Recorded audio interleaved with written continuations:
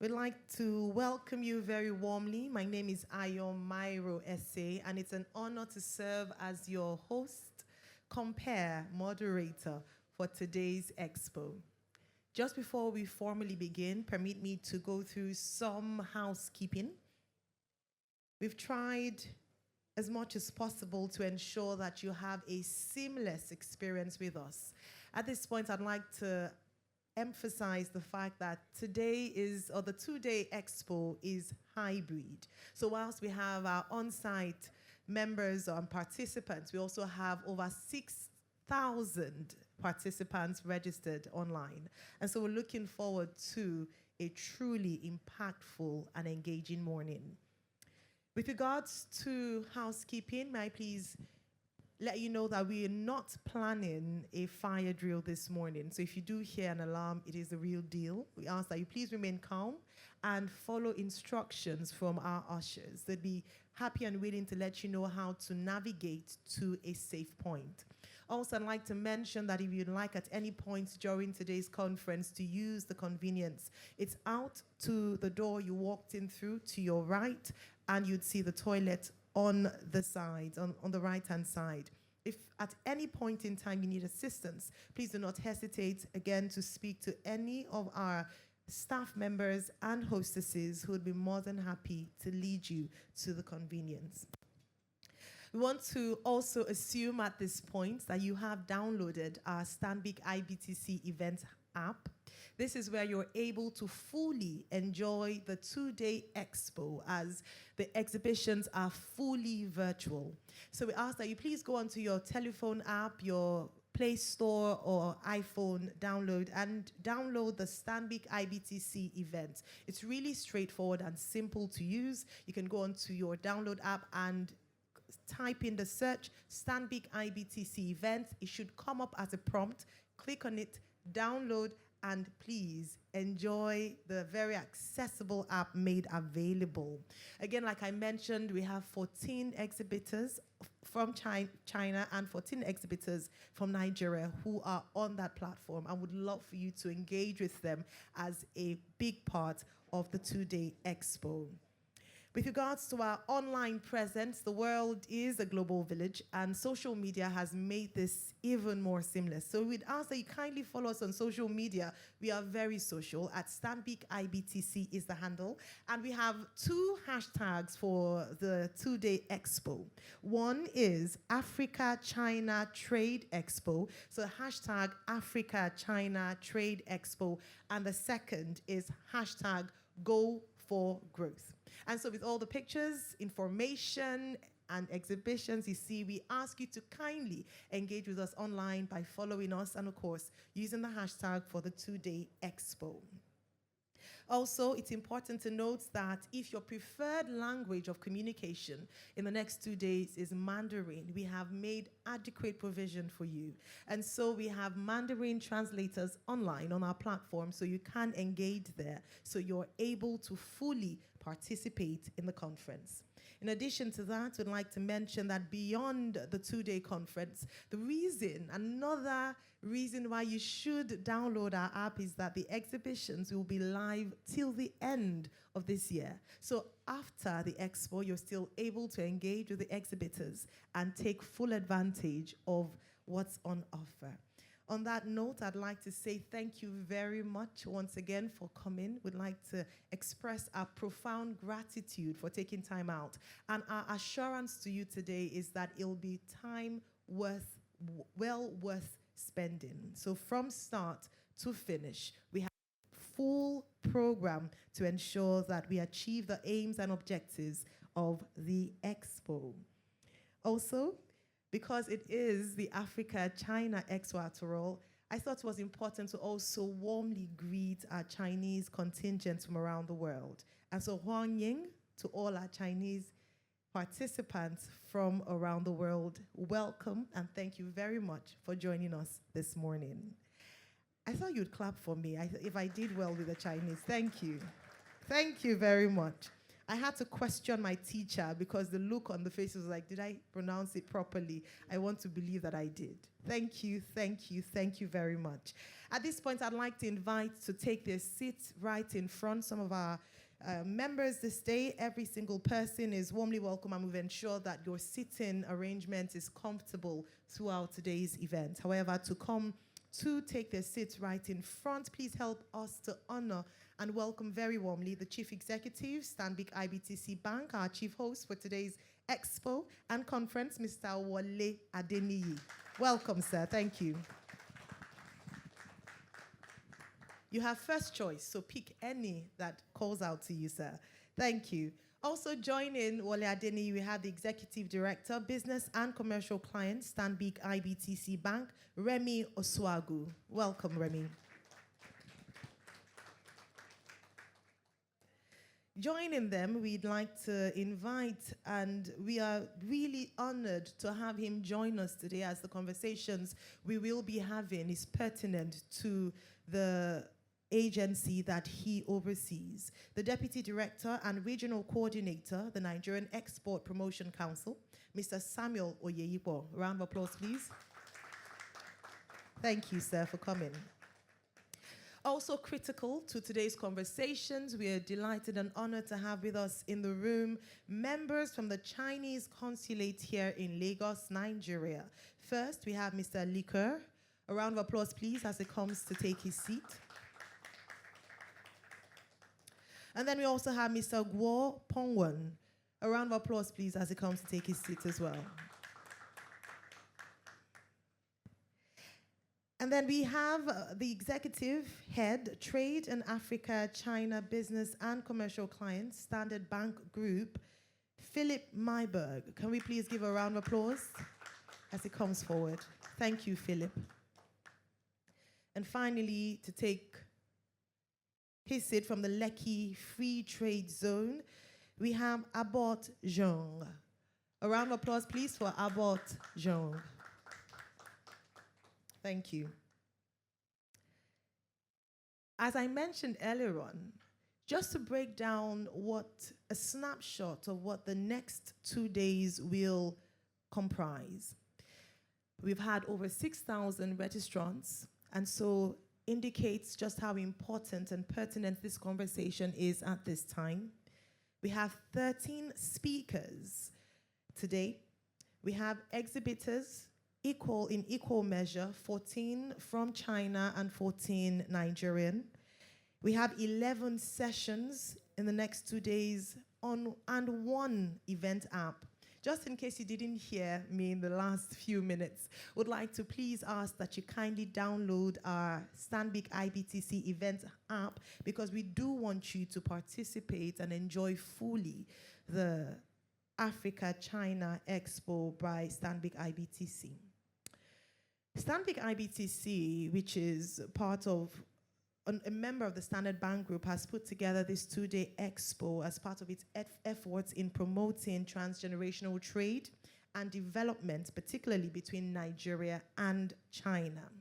And in order to do this and drive this conversation, today's conference, which is the opening day of the expo, will feature a panel conversation, which is, I'm definitely looking forward to that conversation.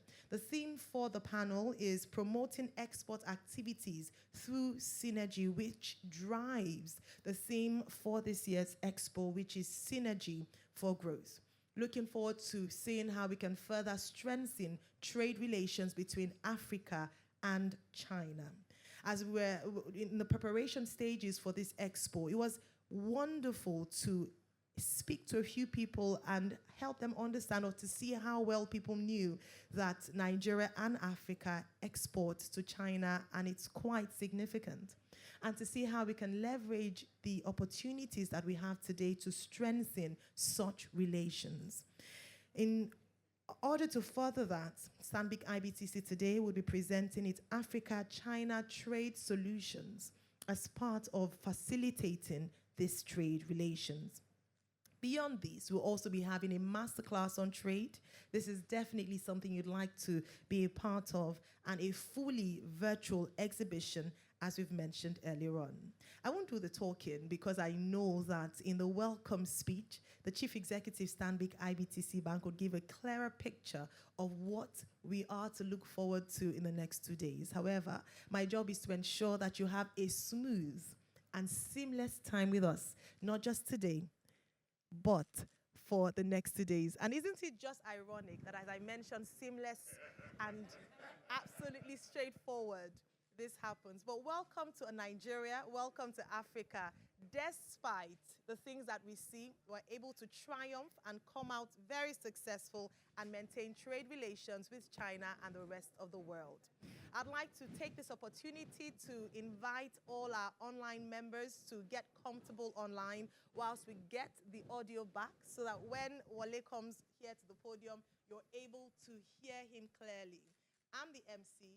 I've been taught and trained to project my voice, so I wouldn't put anyone else through that. So let's wait till the audio comes back, and then we will continue in full. Again, it's a good time, if you haven't done it yet, to please go onto our social media platform at Stanbic IBTC. Don't forget to use the hashtag, because we'd like to engage with you further. We're also hoping to provide a marketplace platform for exporters and importers. And so this is an opportunity to perhaps form relations with others who have maybe gone ahead of you or are working in the same space that you are, to see how you can further strengthen relationships.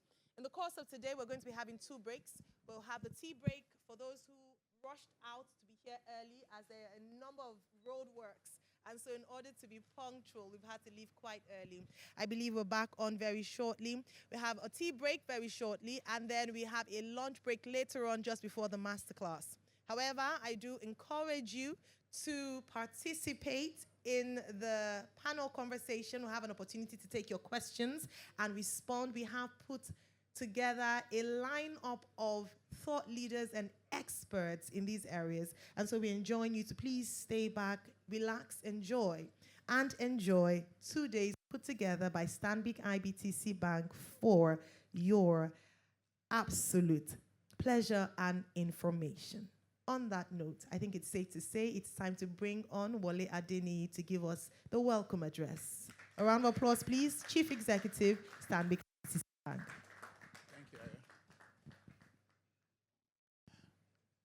Good morning, ladies and gentlemen. I'd like to warmly welcome you this morning, for those of us that are live here and those that are listening online.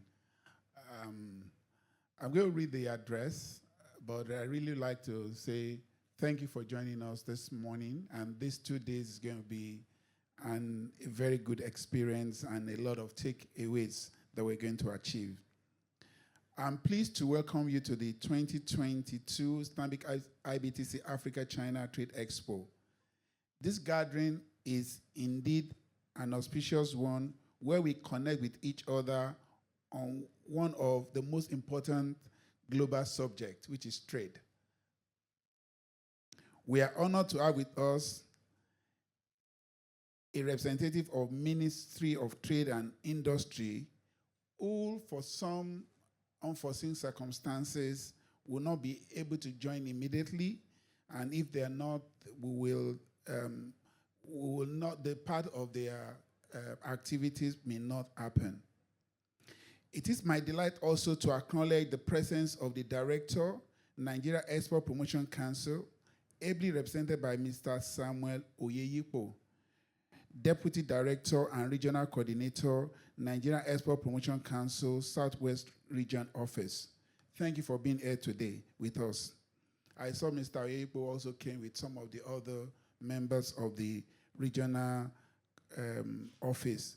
Welcome to all of you.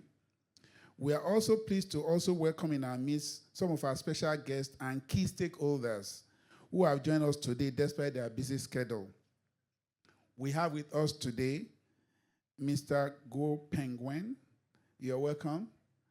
We have Mr. Li Koi, representing the Chinese Consulate General, Lagos.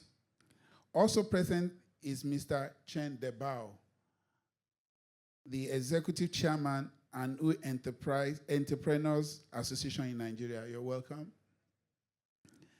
We also have with us here the commercial controller, Lekki Free Trade Zone Company, in the person of Mr. Abok Chen Xiampeng.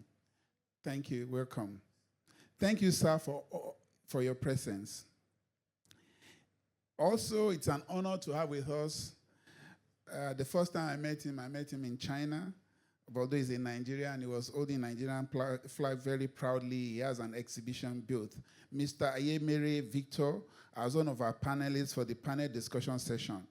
Mr. Ayemere is the Chief Executive Officer at Zena Foods Limited, operator of the Nigeria Export Trade House, China and Far East region.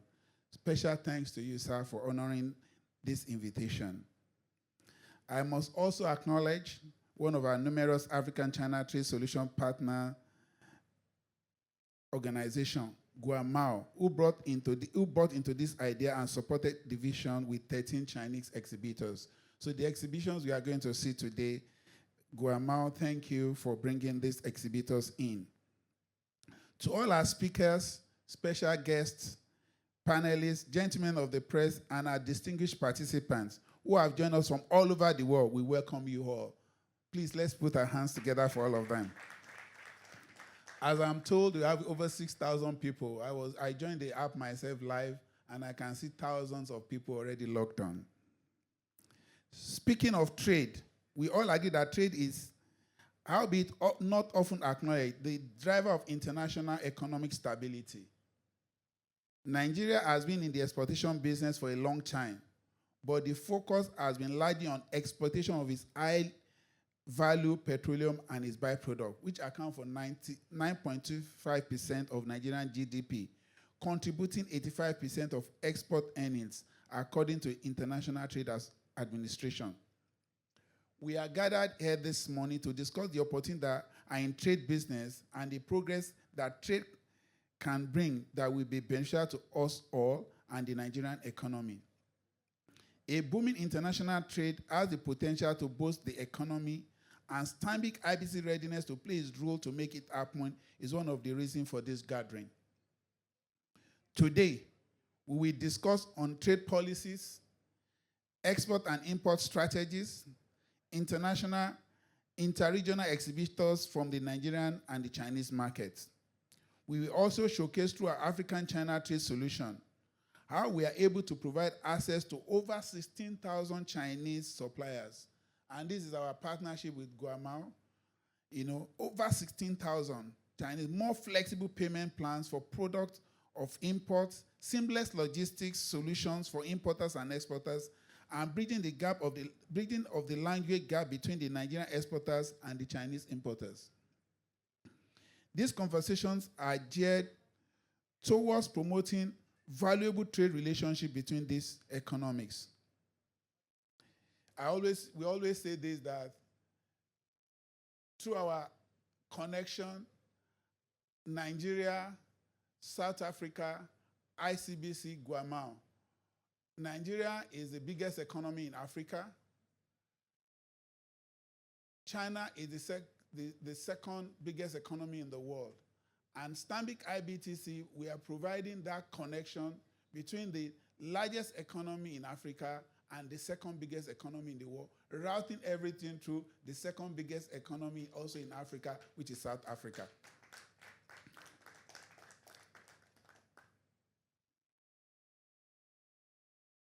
In the course of this event, we not only explore the opportunity in generating foreign exchange for the country, which is now the biggest topic in Nigeria, but we also share mutually beneficial ideas on reducing the trade deficit that currently exists, as well as highlight export activities that can boost trade opportunities.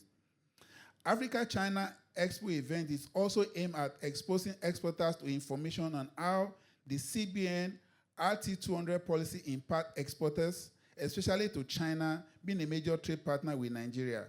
We recognize the export activities between Nigeria and China, and this event is set to support the CBN program in promoting export activities and driving the increase of the FS proceeds for the country.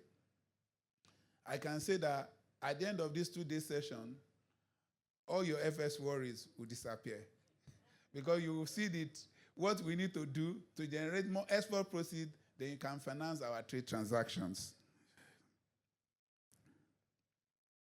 Also in line with our key purpose of driving Africa growth, and we shall continue to utilize our links with ICBC to strengthen our commercial partnership with China so our clients can have a competitive edge over other players in their chosen business areas and grow their business volumes. Ladies and gentlemen, so I enjoin you to get ready for a very enlightening session and to encourage your participation in the panel and breakout session during the course of this event. Thank you again for your participation. Your presence is deeply appreciated. Thank you very much.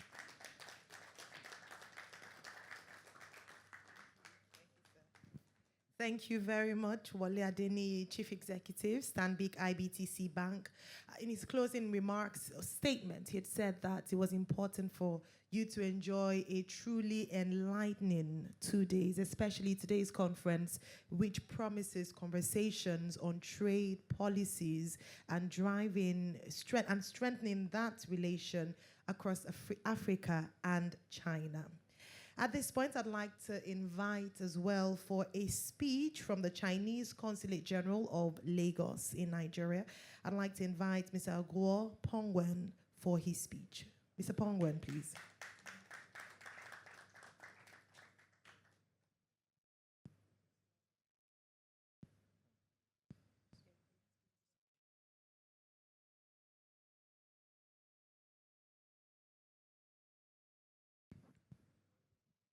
Thank you.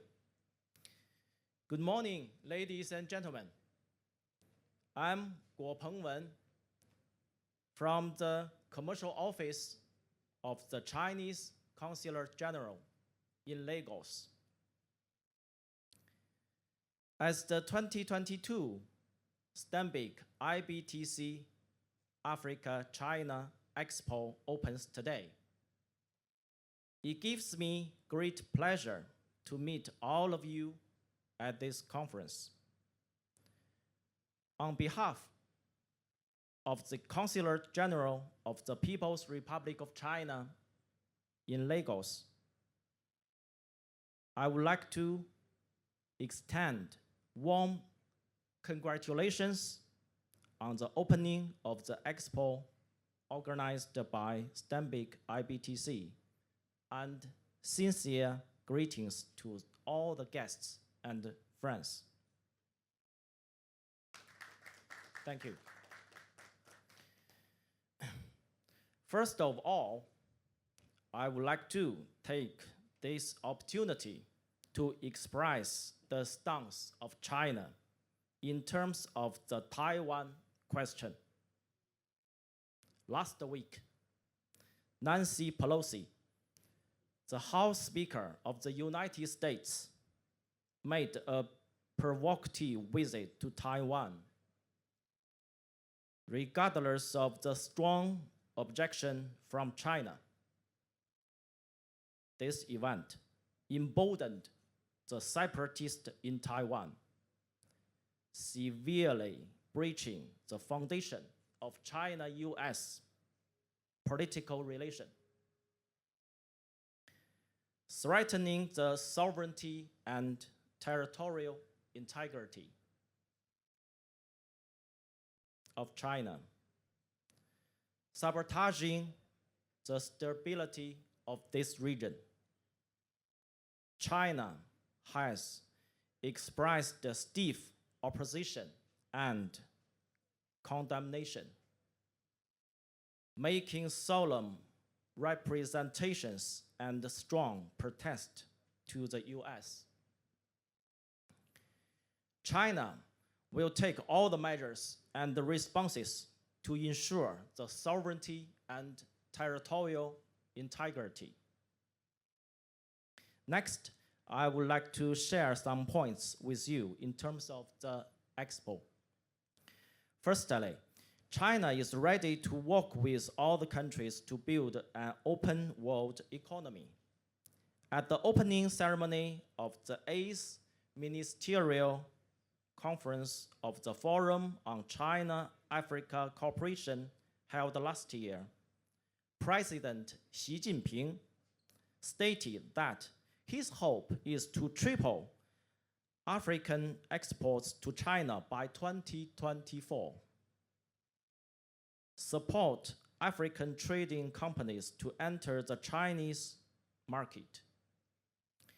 He also stressed the importance of promoting agricultural exports to China. At the opening ceremony of the 4th China International Import Expo, President Xi Jinping also pointed out that China will continue to share market opportunities with the rest of the world.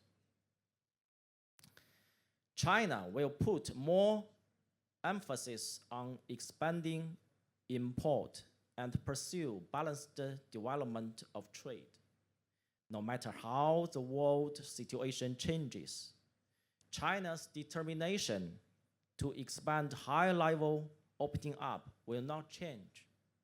Its determination to share development opportunities with the world, and its determination to promote economic globalization in the direction of more openness, inclusiveness, balance, and win-win results will not change. Secondly, China-Nigeria trade cooperation will be further strengthened. China is the second largest economy in the world, and Nigeria is the largest economy in Africa. Both countries have a large number of populations, huge market, trading potential. Bilateral economic and trade cooperation have a good momentum of development and yield fruitful results. At present, the impact of the COVID-19 hasn't been completely eliminated, and the world economic recovery is very slow. So, China and Nigeria, as one of the most important economies in Asia and Africa, need to strengthen trade cooperation and benefit the people of the two countries. Thirdly, banks and financial institutions should play a more important role in promoting international trade.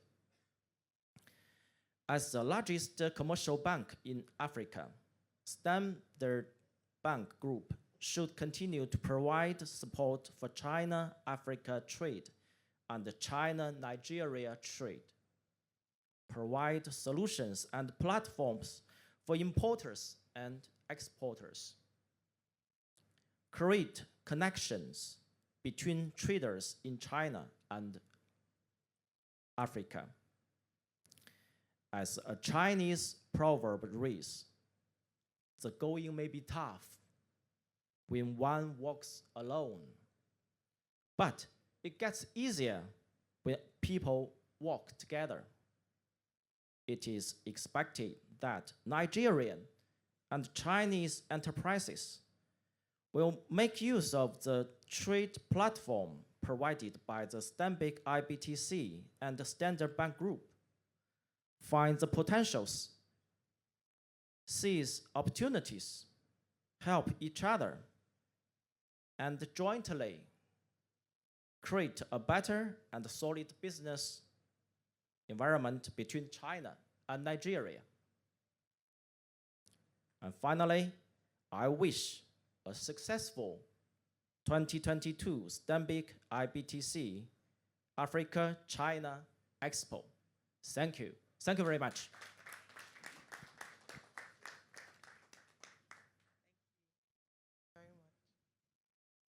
Share, Mr. Pongwen. A round of applause again.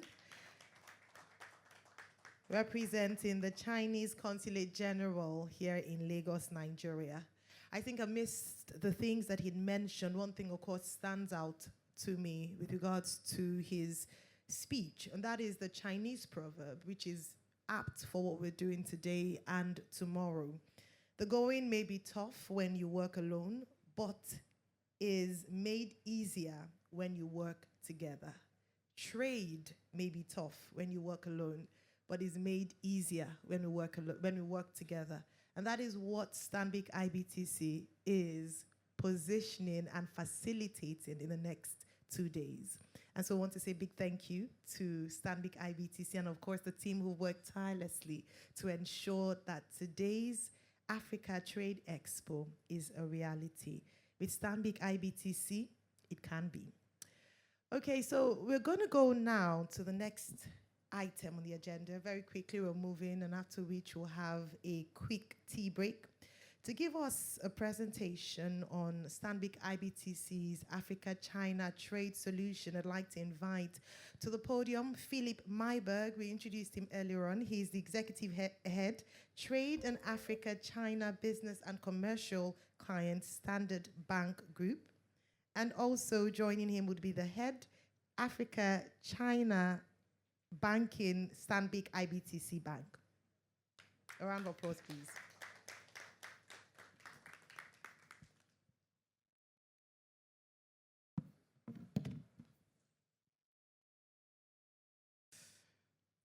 Good morning, and I know it's good afternoon for some of the colleagues and friends online dialing in for us. It's really a pleasure to be here. It's great to be back in Lagos.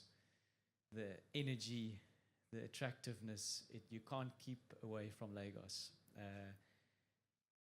COVID has meant that we weren't able to visit for quite some time after having gotten into a rhythm of coming to Lagos and Nigeria for 3-4 times a year over the last 10 years. I've missed my friends and colleagues greatly, and it's great to see them again. And it's great to use this opportunity to also meet with new friends, new colleagues, and new partners on this trip. So thank you very much to Team Nigeria for the hospitality and everyone that's made us feel so welcome during this week so far. COVID has had a very negative impact on us all. It is something we should not perhaps spend too much time on, as we all have our personal experiences with it. But COVID has also had a positive impact on the way we think about our business, on the way we think about trade, on the way we think about partnerships. And some of what we're talking about today is a culmination of some of these things that we've been working on and that has been activated in a positive way from COVID. We've really rethought about how we help our clients and how we help our businesses trade with China in a remote way. We all know that trade was so heavily dependent on physical travel to China. And what you'll hear today is how we've thought about making that easier for businesses in Africa and China to trade. And secondly, we've gotten a lot better at hosting these types of hybrid events, which allows so much more inclusivity in terms of thinking about the problems, thinking about the challenges, and solving them as a collective, which so many of the previous speakers have already spoken about. It is a privilege for me to represent the Standard Bank Group here today. We have strong family ties with Stanbic IBTC. We work together on a daily basis in trying to solve for the challenges of Nigerian businesses. My colleague Wally alluded to it, but we take our purpose on this continent very seriously. Internally, on a day-to-day basis, we remind ourselves that we are here because Africa is our home and we drive her growth. We've been here for 159 years, and we've got no intent on leaving. We're very much an African organization here to serve African businesses. And the relationship with China and the trade opportunities that brings us allows us to expand on that purpose. It brings me to our relationship with ICBC, which is an important one for the Standard Bank Group.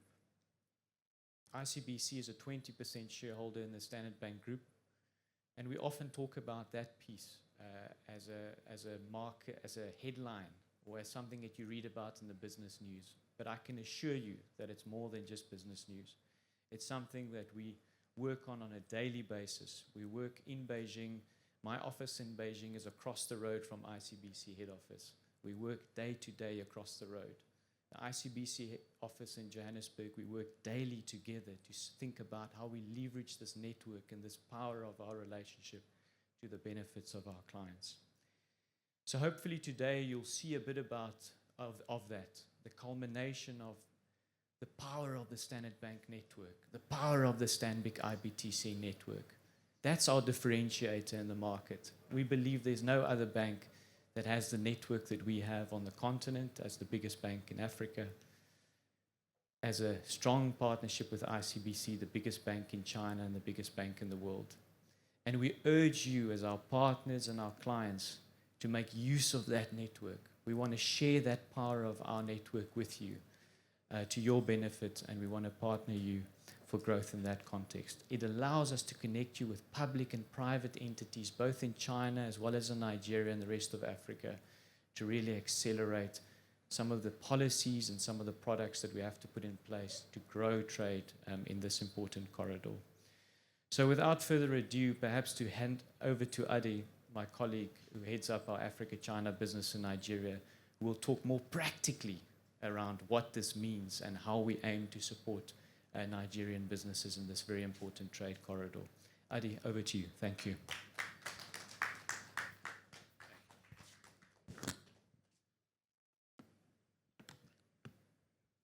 Good morning, ladies and gentlemen, and our numerous customers and prospective customers online. At Africa-China Banking today, we intend to open the opportunities for our numerous customers and intending customers on how we support your business, on how we grow the continent of Africa, on how we support the aspiration of individuals that like to achieve.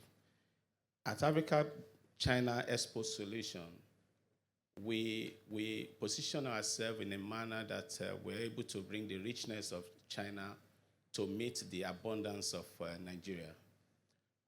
We do this by being in the center of the activities, and so many programs that we involve and invest in is to create the enablement for numerous intending customers from Nigeria.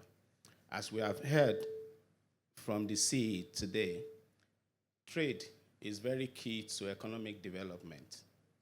And as we know already, more than a quarter of imports that we enjoy in Nigeria comes from China. So as a bank that sits at the center of activities across our continent, operating in 20 countries in Africa, we believe that there's no better person, there's no better institution, there's no better financial institution that can bridge the gap that we see. We see the gaps around technology. We see the gaps around language. We see these barriers limiting the efficiency and the effectiveness of trade between the two countries. So as an institution, in driving import for Nigerians, we go along the way to engage in a lot of partnerships. It is not only Gomao. We have PIL. We have so many other partners that we work with from China to enable you and to also make it seamless for you to trade along the corridor. We give you access to 16,000 Chinese suppliers. We want to bridge the language barriers. We want to create initiatives that support your growth through financial solutioning. And we believe that through Trade Club, which gives you access to over 200,000 pages covering 190 countries across the world, you are an intending exporter, you are an intending importer from Nigeria. You join this club, which is brought to you through the instrumentalities of Standard Bank. Once you join the group, you're able to propagate your trade seamlessly. It's like welcoming you to the world. And this is one of the opportunities that we bring from Africa-China Trade Solution. And when we're talking about exports, we pride ourselves as one of the banks in Africa continent today that is able to give you the best opportunities around business matchmaking. There are two very important events that happen between China and Africa and other countries across the world. One of them is what we call the CAET, which happens twice, biannually, where so far we've been able to take over 20 Nigerian intending importers and exporters to attend this event. which expose you to the numerous Chinese opportunities. And the last event recorded over $20.9 billion deals that were signed. Nigerians, Africans, this is a platform for you to take advantage of.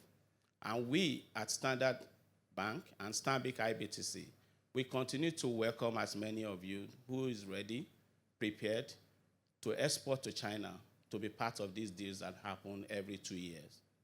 The other one is China International Import Expo. This expo happens every year. Almost every year we take Nigerians. But as Philip mentioned, the COVID was a problem at first. But trust me, it's become an opportunity for us. That is why we're sitting here today, just about 100 of us. And we have more than 6,000 people across the world. In the same manner, in the last 2 years, the CIIE happened virtually. And we are proud to say that we took more than 80 Nigerian importers to join this. And this exposed you to limitless opportunities when it comes to how you want to export and how you want to import.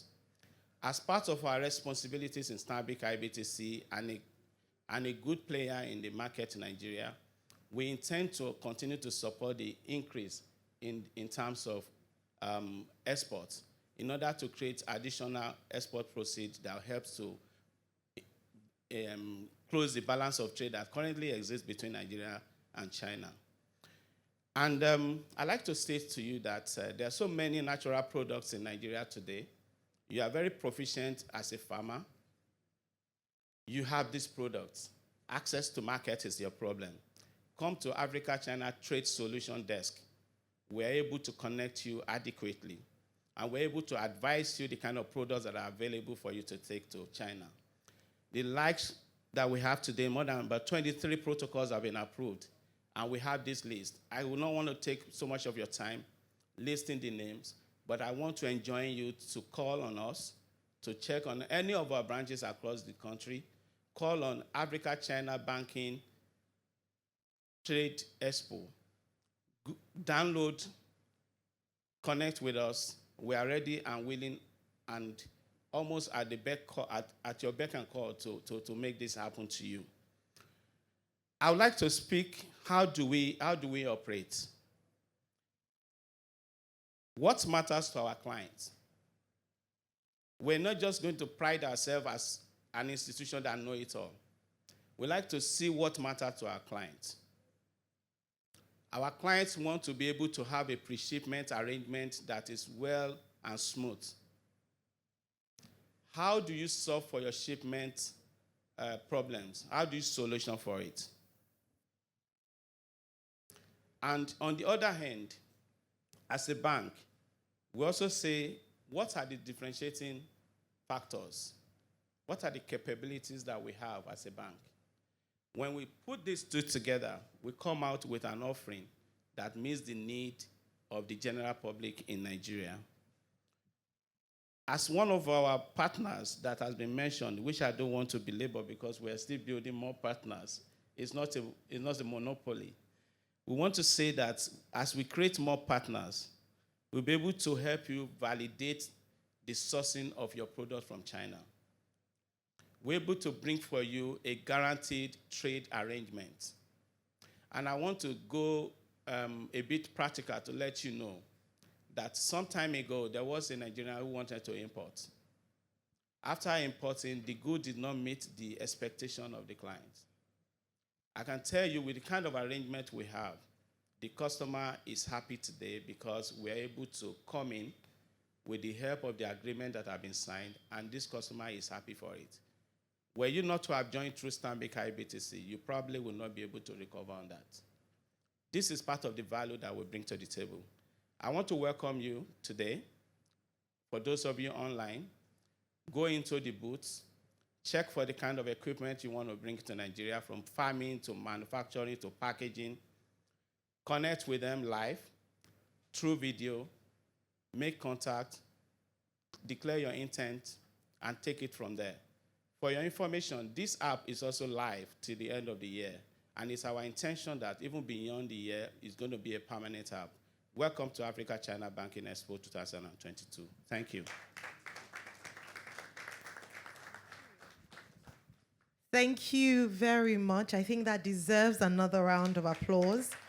Thank you, Ade Otukomaya, Head Africa-China Banking, Stanbic IBTC Bank, and of course, big thanks to you too, Philip Myberg, Executive Head, Trade and Africa-China Business and Commercial Clients, Standard Bank Group. Philip and Ade have illustrated the immense value of partnering with Stanbic IBTC in bridging the gap, the trade gaps between Africa and China, especially as an exporter to China. I think it would be only wise to take full advantage of the presentations of the Africa-China trade solutions provided by Stanbic IBTC. And I'm happy to say that we're on hand to take your questions, and perhaps if you need further information, we'd be more than happy to provide. In all, we cannot wait to welcome you so that we can partner together to strengthen trade relations between Africa and China. Now, Ade, when he was speaking, talked about the virtual exhibition. I have outlined that earlier on as well, that it's on, it's live. We have our virtual participants, and it's so good to have you join us virtually. Thank you very much. The exhibition is live, and to officially declare the exhibition open and to give us a video display of exhibitors, I'm honored to invite to the podium Executive Director, Business and Commercial Clients, Stanbic IBTC Bank, Remy Oswagu. A round of applause, please, as Remy comes to the podium.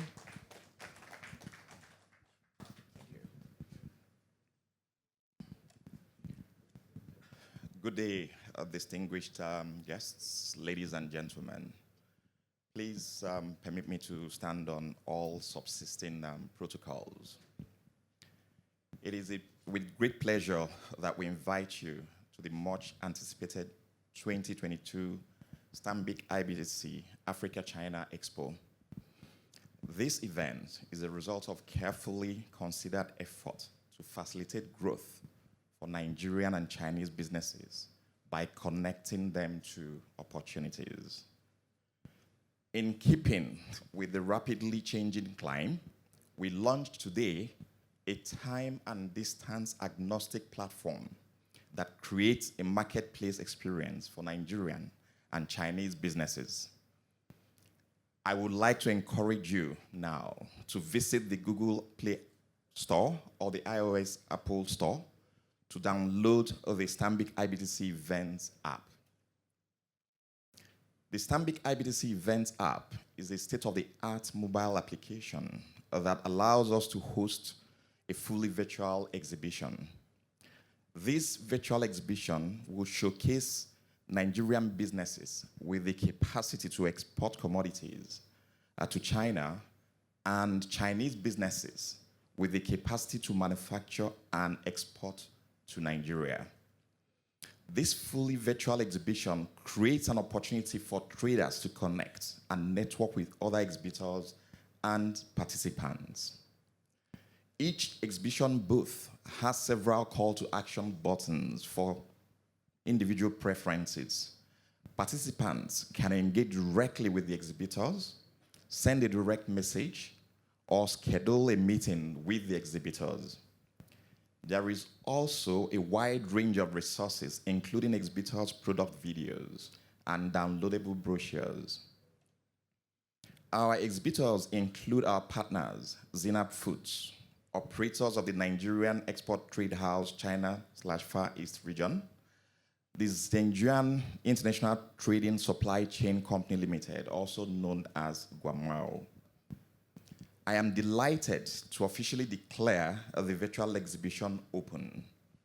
We are confident that this will help scale your businesses and improve your experience within the trade communities going into the future. It is our hope that you find this enlightening and value-adding. Thank you very much and welcome. Thank you very much, Remy Oswagu, Executive Director, Business and Commercial Clients, Stanbic IBTC Bank. And on that note, the virtual exhibition is officially open. Already, yes, please, you can give a round of applause. Thank you. We have had a full morning thus far. And we want to present an opportunity for you to perhaps take a few seconds or minutes to familiarize yourself with our app, with the Stanbic IBTC events app, and also perhaps visit a few of the exhibitors and begin engaging with them. And so for the next 15 minutes, we'd like to take a quick tea break. Please stretch your legs, get ready for the next session, which is a panel conversation. We have experts and thought leaders who are going to be speaking to us on the topic and synergy for growth. In just out the door to my right-hand side, right in front there, the tea section is set and ready to go. We have some light bites as well for you. For our online participants, as wonderful as being online is, you might not have the opportunity to have what we're eating. However, you can please change your tea, coffee, you can pick your choice, have a glass of water, or perhaps just take a quick comfort break and be back at on your system, device to continue with us as we come back in 15 minutes. Again, for our on-site participants, we encourage you to download the app of Stanbic IBTC Bank, Standard Bank, and they'd be speaking to us this afternoon on the topic promoting export activities through synergy. In no particular order, I'd like to invite them to take the stage as we have the conversation. First is a financial services professional who heads up Africa-China trade in business and commercial clients for the Standard Bank Group. After spending several years in the transport sector, he joined the group as the head of private banking Pretoria in the Standard Bank South Africa business. Please let's make welcome the Africa-China Trade Business and Commercial Clients Stanbic Bank Group representative, Lutando Vuba. Round of applause, please, for Lutando. Yes, please. Take your seat. Yes. Thank you.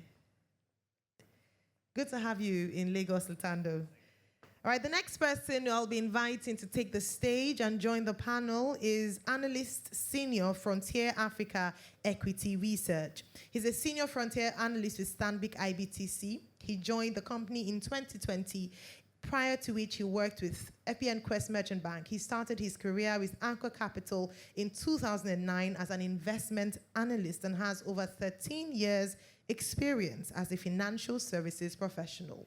Please let's make welcome to join the panel, Fola Abimbola. A round of applause, please, for Fola Abimbola. Also joining the panel, we have the Deputy Director and Regional Coordinator of Nigerian Export Promotion Council. We introduced him earlier on. He holds a BSc degree in Business Administration, University of Benin, Benin City, and diploma in agribusiness at the Galilee International Management Institute in Israel. He started his career employment with the Nigerian Export Promotion Council in February 1991 and had since served in various operational departments in the organization. He is a member of the Nigerian Institute of Management. Again, please let's make welcome to join the panel, Mr. Samuel Oyeyipo.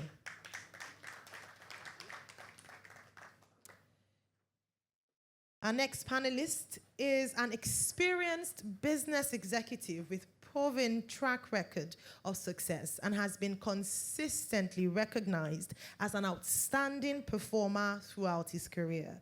As Managing Director of Zinab Foods Limited, operators of the Nigerian Export Trade House, China, Far East region, he has led the company to embark on several business development concepts, which has seen the company grow in leaps and bounds and recorded milestones in food processing and agricultural commodity trading for both local and international customers. Let's make very welcome to join the panel, Mr. Victor Ayemere.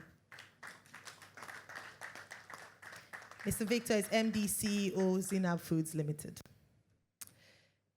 And finally, joining us virtually in a hybrid or at a hybrid conference. What's a hybrid conference without having a speaker join us virtually? She's the business manager, Pan-African China Banking, Business and Commercial Clients, Standard Advisory China. She's a member of Standard Bank Group subsidiary in China, where she manages relationship with Chinese stakeholders, especially those influential and relevant to Africa-China trade, and provides first-hand China market insights and regulatory dynamics to co-workers and clients in Africa for identifying Africa-China business opportunities and financial solutioning to serve needs of both commercial and personal client investment and trade business operations in the Africa-China corridor. An honor to make very welcome Jane Hugh, Business Manager, Pan-Africa-China Banking, Business and Commercial Clients, Standard Advisory, China.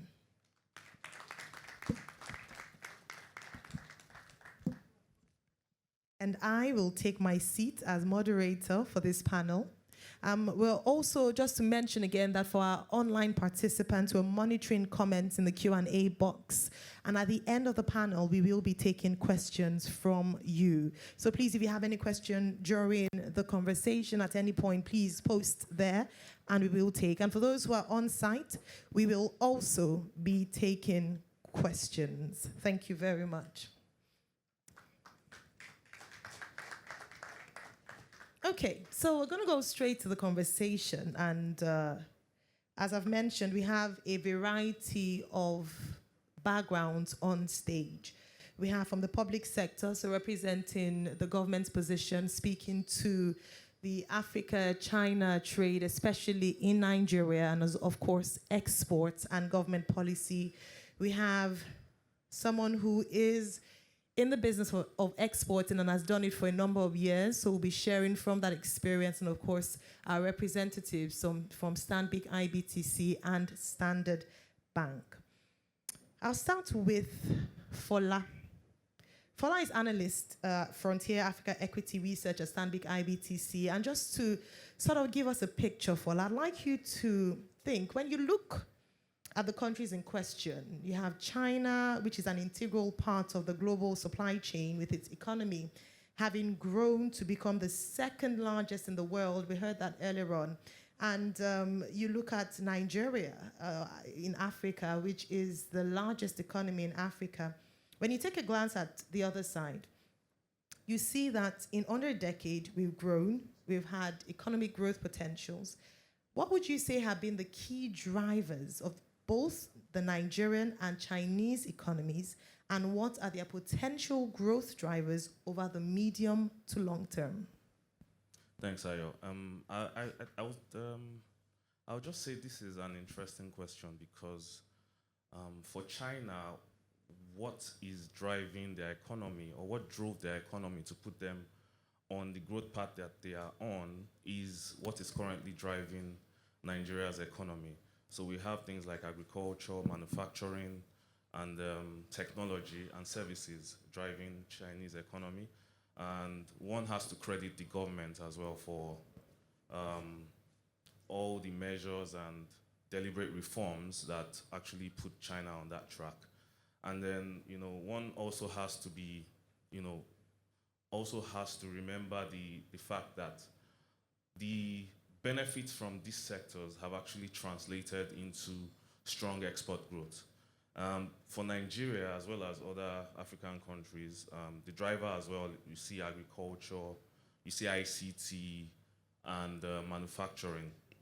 But the challenge for Nigeria is that we've not been able to utilize the people potential to kind of translate into strong exports the way China has done. And, one of the things that keeps coming up over and over again is that reforms. So we need those kind of reforms to drive export growth, because when you compare non-oil exports to total exports, it's just under 20% or around 20%. In terms of, the future, so for Nigeria, one has to continue to have the conversation of how to reduce that imbalance between China and Nigeria, because what's happening right now. Okay, so because what's happening right now is we have a situation where our imports are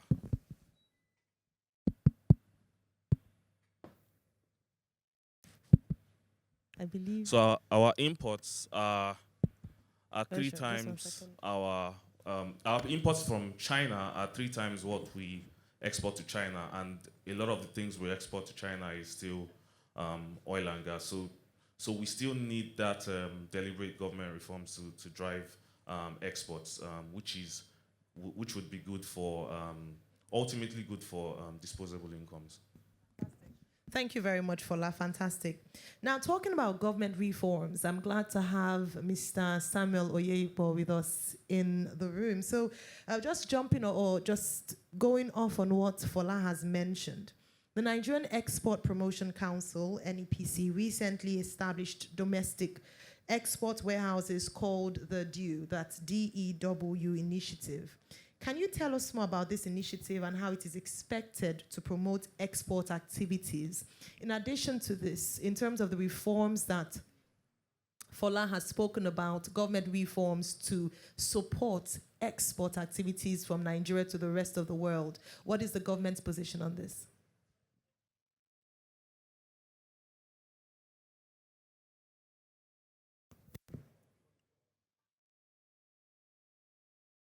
One, two. Thank you very much. The domestic export warehouse concept called DEW is NEPC's response to the logistics and supply chain management problems to ensure that our exporters that have a time schedule to meet when you have a contract to service do not fail in their business.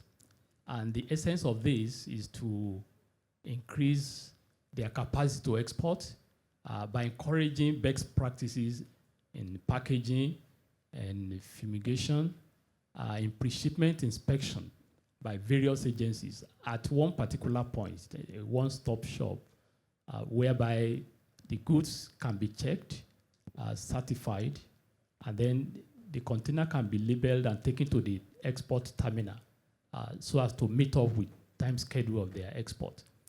We are witnessing a lot of traffic of goods along the road these days, especially in Lagos here. Some spends maybe a week on the road before they could access the port. So the NEPC looks at the problem and say, okay, what we can do is to have a sort of warehouse where by all the goods, all the agencies that are concerned with the necessary certification are brought together to inspect these goods and issue necessary certificates so that once that is done, the container can be taken straight to the export terminal and from there loaded into the ships. So this will reduce the time lag so that the contract does not fail. That is one of the ways by which we want to see that of our goods, especially perishable ones. Let me give an example. Cocoa butter has a time lag. It cannot stay too long on the queue or in the sun. In some cases, we have had a problem whereby some of the exporters taking cocoa butter to the port had it melted on the road before it could access the port. And that's a big loss to the company. So this concept is meant to take care of that. And it's not only Nigerian Export Promotion Council that is involved. The Nigerian Ports Authority, the Nigerian Customs Service, Nigerian Shippers Council, the Nigerian Cultural Quarantine Service, and other agencies that are related to pre-shipment inspection. So this, we believe, will shorten the time by which an exporter have to take his or her goods into the port. And this will help minimize losses and rejection of our goods at the international market. Thank you. Thank you very much. So DEW is one of the initiatives by the NEPC to helping exporters from Nigeria to other countries have their goods in good condition for export. Exactly. Just to mention, sir, are there other initiatives in line with what Fola had talked about with the challenges faced by Nigerian exporters by the government? Are there other things in view or perhaps existing? Yeah, well, there are so many other programs that the NEPC is currently undertaking. Let me just give one or two. you will notice that most of our exporters or MSMEs in general have very good products that could compete with any other products in the international market. But one of the problems we discover is that most of them do not have the necessary certification that could attest to the quality of those products. So even if you take them to those countries, if they don't have the certification, they are not acceptable. For example, the hazard analysis and critical control points, HACCP, which many of them don't have. And being an MSME is weak in capital, they might not be able to afford the process of this certification. So the Nigerian Export Promotion Council has taken up this responsibility in the past 2 years to ensure that we bring these MSMEs together, we build their capacity, we train them, and we undertake the responsibility of bringing an expert that will certify their processes of production and issue that certificate for them. And the last 2 years, I can confidently see that we have done that for about 150 MSMEs, which today have their certificates on HACCP and even FDA, that's Food and Drug Administration certificate to access American market. So this is one of the ways by which we are trying to see that our MSMEs, which are in the large majority in the Nigerian environment, also partake in the export business. Thank you. Excellent. Thank you very much. So spoken to warehousing and, of course, certifications, which could prove a barrier to MSMEs who export from Nigeria to the rest of the world. Thank you very much for providing that information, sir. Now I'll come to Mr. Victor Ayemere. We've spoken Fola has spoken, Mr. Oyeyikwa has spoken. It's time to speak to the exporter himself. And I'd like you to please start by, just sharing with us as an experienced exporter, an expert within the industry, to some synergies within the industry that has supported your growth and success. All right, thank you very much. When our colleague from the Chinese embassy was speaking, they said, I took it down, said one of the proverbs, that the going may be tough when one walks alone. He said, but it's easier when you work together. So synergy, trade, synergy, there is no way you can separate the two. For us at Zinam Foods, everything about us that have made us grow to the point that we are in today, it's all about synergy. When we wanted to go into export, we were lucky to have been, we decided we will look into, we will focus on the Chinese market and other Asian countries. And somehow, the Nigeria government, federal government, through the Ministry of Trade and Investment, they were joining part of, they were part of the organizations that are going to the KITE, China, Africa, the first China, Africa Exports exhibition. And we got there. Talking about synergy, we didn't have to fight for visa. The federal government just did it. In 5 minutes, it was okay. If Zinab wanted to do it, we wouldn't have that power. But federal government, they have that power. That's synergy. Yeah. We got to Shangsha. Then in the process, we met with Stanbic IBTC. The MD was there. Our brother here, Wale, was there. And since then, they took the matter up from there. Federal government got us there. Stanbic IBTC took it up, organized B2B. Ordinarily, I won't have much customers to be talking to in China. But with Stanbic IBTC, they conducted a B2B section between the businesses in Nigeria with the businesses in China through their ICBC bank in China. So it created a situation where we have products from Nigeria. The Chinese businesses that need the product from Nigeria, they will bring those ones together, then we are there together. And things has been seamless. we have a situation where every now and then we're having maybe 15 businesses from China, we from Africa or Nigeria in particular, we are having to engage. It brings about trust. Because if Stanbic say, yeah, that's our customer, the Chinese person will not have to think twice. They know that there's a level of integrity. In fact, not a level. There's some reason you understand what I'm talking about. So it has really helped us. And there's also a saying,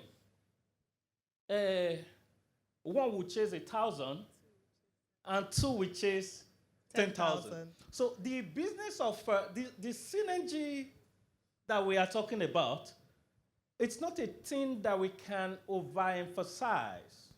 In mathematics, you have 1 + 1 = 2, but synergy doesn't have it that way. It has 1 + 1 equal to 1,000. So now we have Stanbic, we have you, the customer. Then Stanbic has another Stanbic in China, being the ICBC. So as a customer out there, Stanbic has made it so easy, the way they made it easy for me, to be able to relate with those customers that you have out there in China. Again, the federal government has come up to say, we can't do it alone, we need a private partnership. Then they got Zina Foods also and appointed us as the operator of the Nigerian Export Trade House in China. So we have set up the Export Trade House in China. How do we get customers to know we now have an Export Trade House in China? Stanbic again took it up, and it's saying, we can help you let the China people know that there is now an Export Trade House in China. So, talking about synergy, it is one of the best ways that we can make this trade and the export business work better. In the area of RT200, we are also paused. Since the federal government have done their part and the Stanbic IBTC has done its part, we have our own part to play to ensure we bring as much NSPs as possible. So if you're out there, you want to know how to get to China and do business with them, we are here. Fantastic. Thank you very much. I'm sure you'd agree with me that he deserves a round of applause. Mr. Ayere has spoken about the benefits of synergizing when it comes to trade, especially transatlantic trade. Very, very important. Thank you. Thank you very much. And he's spoken so well as to the importance of partnering with stakeholders. Thank you for drawing the importance of partnering with not just public sector or public parties, but also the private sector as well. Hence your partnership with Stanbic IBTC, the connection in China with ICBC, and how this has enabled your business to seamlessly trade from Nigeria to China. Fantastic. Now, talking about that, I'll come to you, Lutando. Lutando, I'd like to ask you as an to share with us the competitive advantages Standard Bank, Stanbic IBTC, and ICBC have to offer exporters. So Mr. Victor has shared some of it from his own personal experience, but it would be great for you to build on that and just share with us or expound on that with regards to the advantage. Thank you, Ayo. So I think I like the format that this has taken, because we've sort of given you a practical a play out of what we are talking about, what we are doing as the group, as we're doing in Nigeria, Stanbic IBTC, and our partnership with our parties in China. ICBC is one of the many strategic partnerships that we have that help us enable clients like Zina Foods and also the Nigeria Export House that's being set up. So I think perhaps if you allow me just to take a step back, the way we think about this is just not opportunistic, or we see our clients for the financing part or what traditional banks are known for. What we have said is that, and it was mentioned before, that our slogan is Africa is our home and we drive our growth. What that practically means is I need to understand Mr. Ayamere's vision and growth, and then use our infrastructure, relationships, and capability to make and help him realize that. And that's what it really is. So Ade presented earlier about our Africa-China trade solutions. He touched on Trade Club. He touched on the expos that we attend, the China-Africa Economic and Trade Expo, which Mr. Amir was touching on, which in relation to CIE, which is the China International Import Expo, is very strategic, particularly for Africa, because CIE is China buying from the world, and what is of particular keen interest for us as the group is that CAETE is China just dealing with Africa. And in terms of the opportunity size, it's massive. I always laugh, and Philip and I laugh when we get requests from our partners in China where they'll be like, we're looking for chili. Then Zinab Food says, yes, we're interested, we can take that. How much are they looking for? Then we give them, and then it's like, but that's our supply for the whole year. So when it comes to growth, that's the kind of sheer scale that we are talking. And for us, it's very important to say, as much as we know that Africa imports a lot from China, we also want to help the growth of the export side of it, because there's huge, huge, huge opportunity. So as such, we create these different capabilities. There's the virtual matchmaking that we do quarterly, where we bring clients such as what Mr. Amir touched on. The expo, that was what we did physically, but now we do so virtually as well, because we all know the disruption of COVID since 2020 has forced us as businesses to think differently and say, how do we still enable trade? Because it's happening and needs to happen, obviously, to sustain our economy. So that's been one capability that we've enabled, and we've seen a lot of our clients use the opportunity, connect with importers in China, and actually get to doing business. We then also on the import side, what's interesting about the import side is that, and I think maybe Ade fleetingly went through it, but I just want to double click on it if you'll allow me. Please. You have a one-stop shop to help you connect with vetted suppliers, right? Again, because we partner with our clients for growth, we've gone on to understand what are the pain points for our clients when it comes to dealing with these key trading countries, such as China. And you would get things like trust, you'll get things like the transaction going wrong, etc. And for us, we then said, okay, how do we build in a solution up from that addresses those pain points? So that's what our import solution is. Ade and Ade's team, they will get the request from you, and you say that you're looking for 1 million of these bottles. You specify them. They go to our partner in China. They go to their suppliers. They get quotes for you. And you indicate which one you are happy with. They can even send you a sample to make sure that you are happy with what is going to be produced for you. And then they negotiate on your behalf, right? Typically, when you go into the market, you're dealing with a new supplier. You don't have terms. There isn't, that comfort of the relationship. You're expected to pay upfront pre-production. What we have with our partner is that our clients pay a 30% deposit, and then the balance is paid upon completion of the production. And then they book the shipping and help with getting the goods from China to Nigeria on your behalf. That's what we have. And similarly, on the export side, we go and understand what is our client trying to do, where they're trying to export. We've had clients that indicate to us that I want to export, but I want to understand where is the opportunity. We have those data points. And we've also gone on to say, how do we bring this information accessible to our clients that they'll typically have to pay for? And that's what Trade Club is. It's a repository of rich, up-to-date information around trade and trading with different countries that we've enabled with the partner banks that we've partnered with on there. So I just wanted to pause to really map out these capabilities that we have, and this is how we're enabling our clients' growth, and they are there to make use of. And really, I challenge the businesses in Nigeria today, both those that are banking with us and those that are thinking about banking with us, that if you want to grow, this is where we're doing it. It's not just about a transaction. It's really about partnering with you for growth. We're a 160-year-old institution, so I think we know about growth, sustainability, and also how to ensure that you stay long in the game for years to come. Excellent. Thank you very much, Lutando, for breaking it down. Thank you.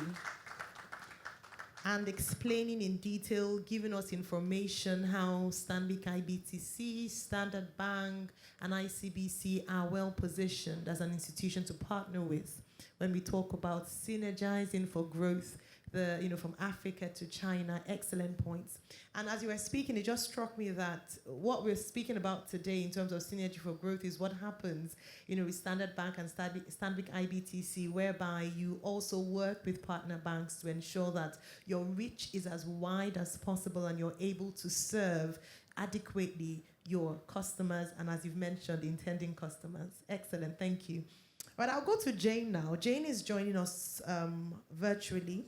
And speaking to what Fola had said earlier on, for me that's quite powerful, and that's something that we want to change. That's a big takeaway for us at the end of the expo, at the end of today's conference. You talked about the fact that our imports from China is 3 times our exports. How do we bridge that gap? How do we increase what we export as a nation? And so I'd like to ask you, Jane, can you tell us some of the Chinese policies or initiatives implemented by Chinese governments that encourages importation from Africa and Nigeria in particular?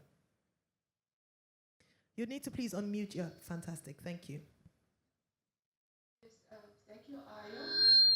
So regarding these policies and initiatives by Chinese government, I'm based in China and representing Standard Bank Group, our China office here in China, invited and involved in multiple initiatives by the Chinese government to drive the cooperation, economic and trade cooperation between China and Africa. So we can say that we are in the forefront and having first-hand insights in this regard.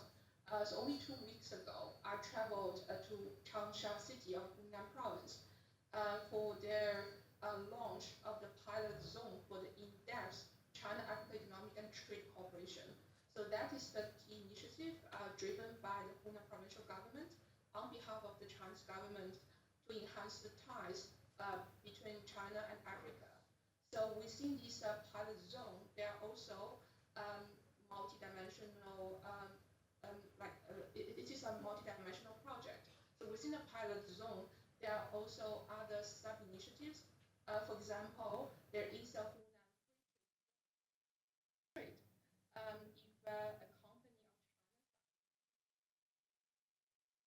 incorporates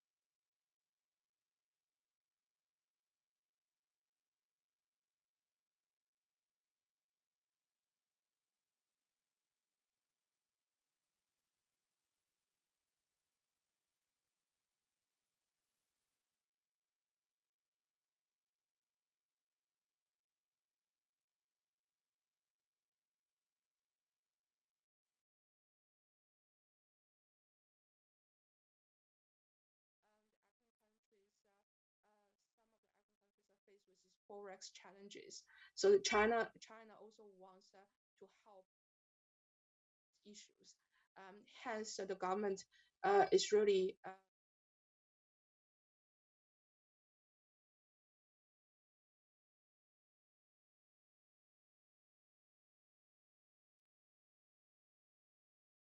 moving from present trading counterparts in the other countries to the trading counterparts in the African countries. So we can see effects coming through.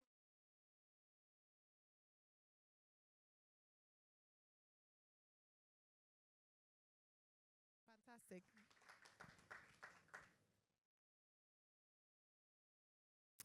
Fantastic. Thank you very much, Jane, for highlighting some of the government policies, incentives that are available to drive trade between Africa and China, giving examples such as the Hunan Free Trade Zone and the subsidies available to organizations that work with African countries in, when it comes to trade. Also, I believe that, Lutando, I'm right to say that these are some of the ways that for exporters, Stanbic IBTC and the Standard Bank Group can help you, give you information, know how to leverage policies like this so that you don't have to, you can get the information directly from Stanbic IBTC, right? Fantastic. Thank you very much. All right, I'll come back to you, Fola. Fola, I wanted to ask a question around, I know you already spoke about the parallels, you talked about manufacturing, what drove the growth in China becoming the second largest economy in the world, and the parallels you could draw between China and Nigeria currently. You speak about agriculture, you speak about manufacturing, but you also talked about the fact that we haven't quite tapped the full potential of the human resources. Can you share or expand a bit more on that? Because we see the parallels. We want to also achieve that level of growth. We see potential. Yes, we are number one in Africa, but we can certainly do more and expand a bit more. So please share with us your thoughts on that. Thanks, Ayo. Before I start, I'll just like to say that, so if you look at the two countries and you look at their data, they seem to be in decent to strong positions, in the sense that when you compare trade to GDP, so for China and Nigeria, it's both around 20%. It's the import-export dynamics for Nigeria that needs a lot of work on. And then if you look at, so the challenge for Nigeria is that potential that Nigeria does not seem to be capitalizing on. So if you look at GDP, yes, Nigeria is the strongest in Africa. But then when you break it down to GDP per capita, which is more of a yardstick for average income levels, we're still far behind South Africa, Egypt, Botswana. And then, that just says that, there's a lot of value that can be extracted from the population and the favorable demographics. Now, if you look at China as well, you see that, China on an income per head basis as well still lags behind some emerging economies, but then they've set themselves on a growth path where over the foreseeable future they will close the gap between themselves and the other economies. But for Nigeria, we have a situation where our productivity is growing slower than our output. So you have a situation where population is growing 3-4%, but then output is growing less than 1-2%. So that's a challenge. We have China where population growth is under 1%, but then they consistently continue to achieve 6% pre-pandemic. So that's one challenge and that's one problem. The other challenge is that import-export gap that we have in Nigeria. So China is Nigeria's largest trading partner, or should I say largest importer. But all we do is export oil to China. And then what we import from China is very diversified, very much diversified, from electronics to equipment to telephones and all that. And we get a lot of support from them and all. But for Nigeria, the conversation, and I guess that's why we are having this particular event, because the conversation is now shifting towards how do we tackle the non-oil export gap in the economy. So how do we continue to grow productivity and improve non-oil exports? So things like, the government putting in reforms and, investing where it should be would go a long way. Excellent. Thank you very much, Fola. I believe you're getting value from this conversation. We're still going to delve a bit deeper into some of the challenges, especially from Jane's perspective.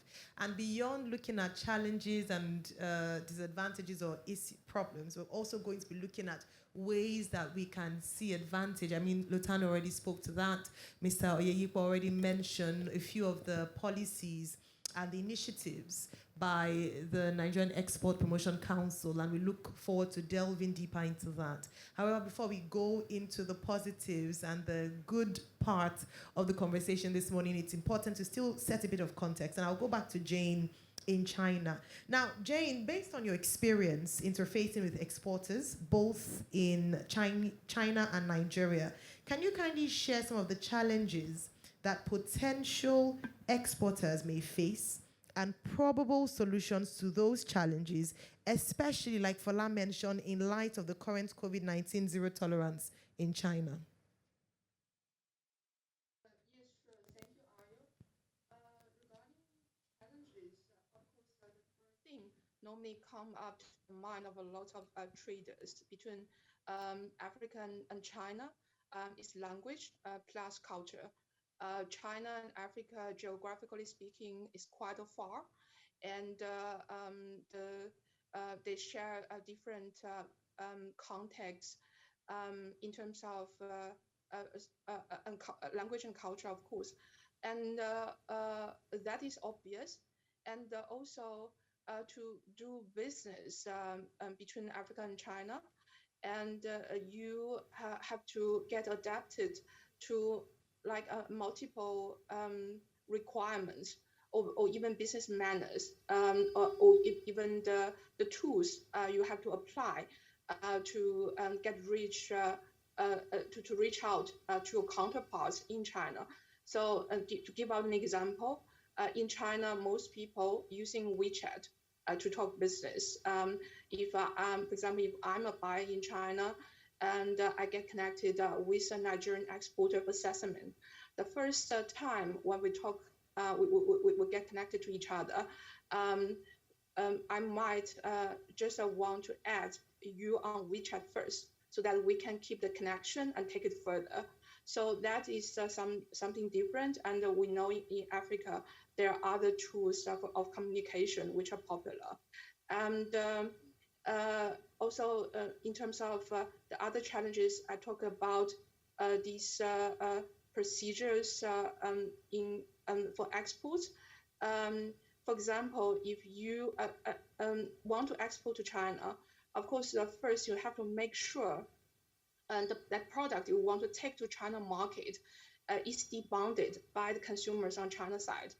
And also, secondly, you have to make sure if you are exporting agricultural raw commodity, for that particular variety of the commodity, your country has to sign the protocol with Chinese government already. That is a prerequisite for any commodity of that kind to get cleared, to get past the Chinese customs. And then next, the African exporter have to register with the relevant Chinese authorities. And the most important amongst them is the Chinese customs to get that particular certificate for this African exporter to get qualified for China export.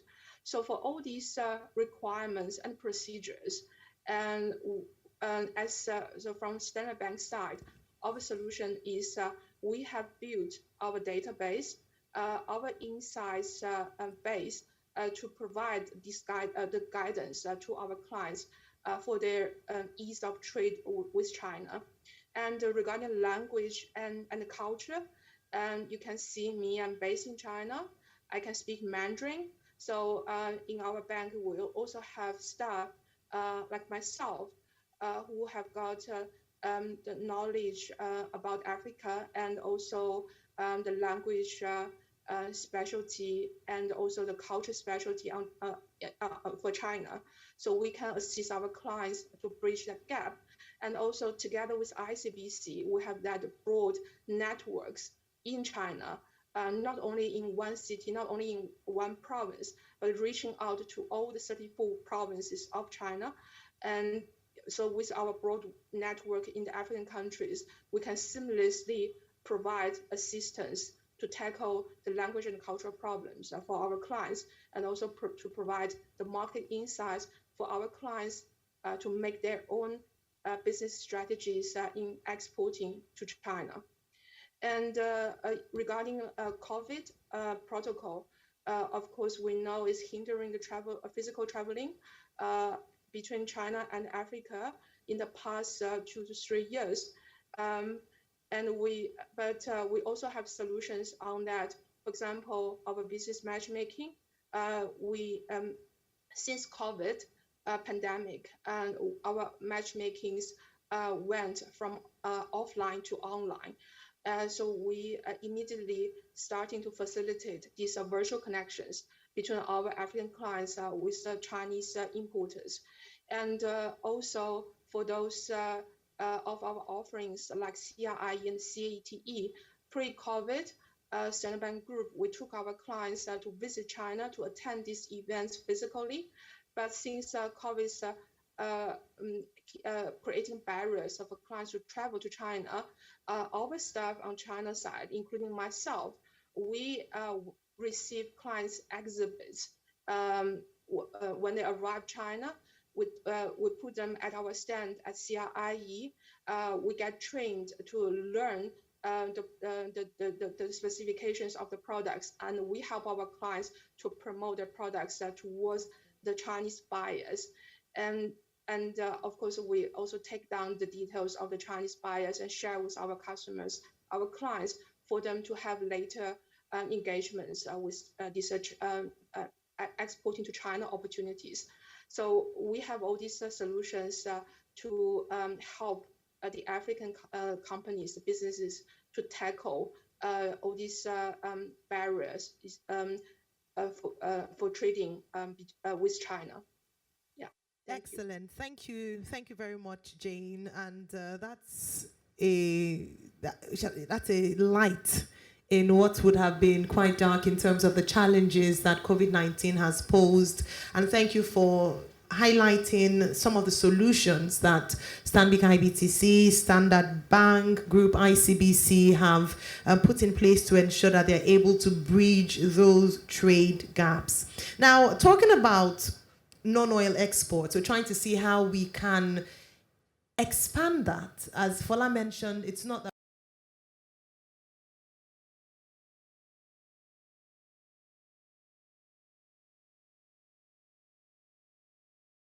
China is quite diverse. Export to China is mainly around oil. And so I'd like to ask you, Mr. Ayemere, as operators of the Nigerian Export Trade House China Far East region, can you tell us some of the initiatives you plan to deploy to support the promotion of non-oil exports? Thank you very much. I think the federal government has done a very good job by setting up the Export Trade House in China, of course, and other locations across the world. I know the one of Kenya was recently launched. The one in Cairo was launched. We are hoping to launch ours in China by November during the CIIE. Maybe if the COVID situation become better. I believe I heard just now that the Chinese, they've recently opened the Chinese space for us to go in, meaning we can now travel. So if we can travel, we will certainly launch the Nigeria Export Trade House in China. So what is the Nigerian Export Trade House? How does it operate? It's like having, I know there used to be a place they call Chinatown here. So this is Nigeria warehouse in China. That is Mr. Okonkwo, Salihu, Uche, Mohammed, you have a warehouse in China. What we export, what we import, as my brother said, is 3 times. That's 3 to 1. With this warehouse, the trade house, the federal government is trying to say, oh, Zinab, we have seen what you've done. How can you make the entire Nigerian populace get their product down to this warehouse? So, for they that can export, we will guide you on logistics. We will help you receive the goods into the warehouse in China. Excellent. We will give you customers. How will you give? Can you expand on that? Oh, beautiful. Thank you. Now, we always say, we teach you what to export, what to export, where to export, when to export, and we will give you the off-ticket. For instance, with our experience there, we have several customers out there, customers that have been giving to us, that synergy we talk about between Stanbic IBTC and Zinab, from ICBC, the B2B that we have arranged, we have customers there. We have a Gakao market also that needs us to export goods there. We have the Hunan Agricultural organization that wants us to export goods there. We have this trade house that also has marketers that market from state to state, business to business, goes from one exhibition to the other. The last CIIE that was done, we didn't have to be there physically. Our staff in China went to the CIIE exhibition, got customers, and they asked us, can you bring them? So we are saying, is this sesame you have to export? Please, bring it to China. Is it cocoa? Bring it to China. Is it adire you can make? Bring it to China. Is it... Just keep talking. Excellent. Keep naming. Yeah. Bring them to China warehouse. We will help you market it. So what we are saying, we want to do everything possible to bridge that gap. 3 to 1 is not good. I think it's better if we cannot close it, we should at least make it reasonably, maybe 2 to 3. Until another 3 years, then we appraise again. Thank you. Excellent. Thank you so much, Mr. Victor. We have some questions coming in already online. Some you've answered. Someone just asked, Titilope asked, is it just agricultural products that the warehouse takes? But thank you very much for telling us the different areas. Is it adire? Bring it. Is it food? Bring it. Is it cocoa? What? Bring it. Excellent. So, but we will be coming to questions later on in about 10 minutes after, once we're done with the questions. We'd like to take, I believe that a number of people have some things they'd like you to shed more light on. I've seen a few of them here online, and I know that those who are on site as well might like to ask questions. But before we go there, I still need to ask, I was going to come to Lutando. And, you know, for you to highlight some success stories and other initiatives or capabilities the bank has deployed to enable trade. So we've started off highlighting or just sharing some of the challenges, drawing a parallel between China and Africa, Nigeria in this case. We've looked at the numbers, we've looked at the areas we're not quite tapping full potential, but I know that you must have some success stories to share with us today. Certainly. So many to choose from. One is sitting on stage with us. I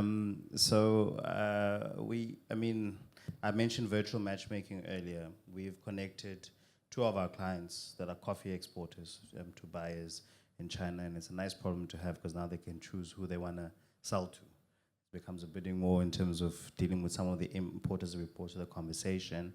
There's also recently, part of the matchmaking we had in May, we have a Mozambican client, 4 of them, that have connected with buyers in China for sesame, and I think also for cashew, and the other one is macadamia. Then we also have, I don't have figures, but because that particular one, they're still finalizing the volume that they want to do. Typically with this, they wouldn't do sort of an initial test transaction, and then thereafter, it obviously grows from beyond that. Last year, we also had a virtual matchmaking event that was part of the CAETE umbrella, which was highlighted earlier. And there we also had a couple of success stories, coffee, cashew. I know some of the products that were being mentioned.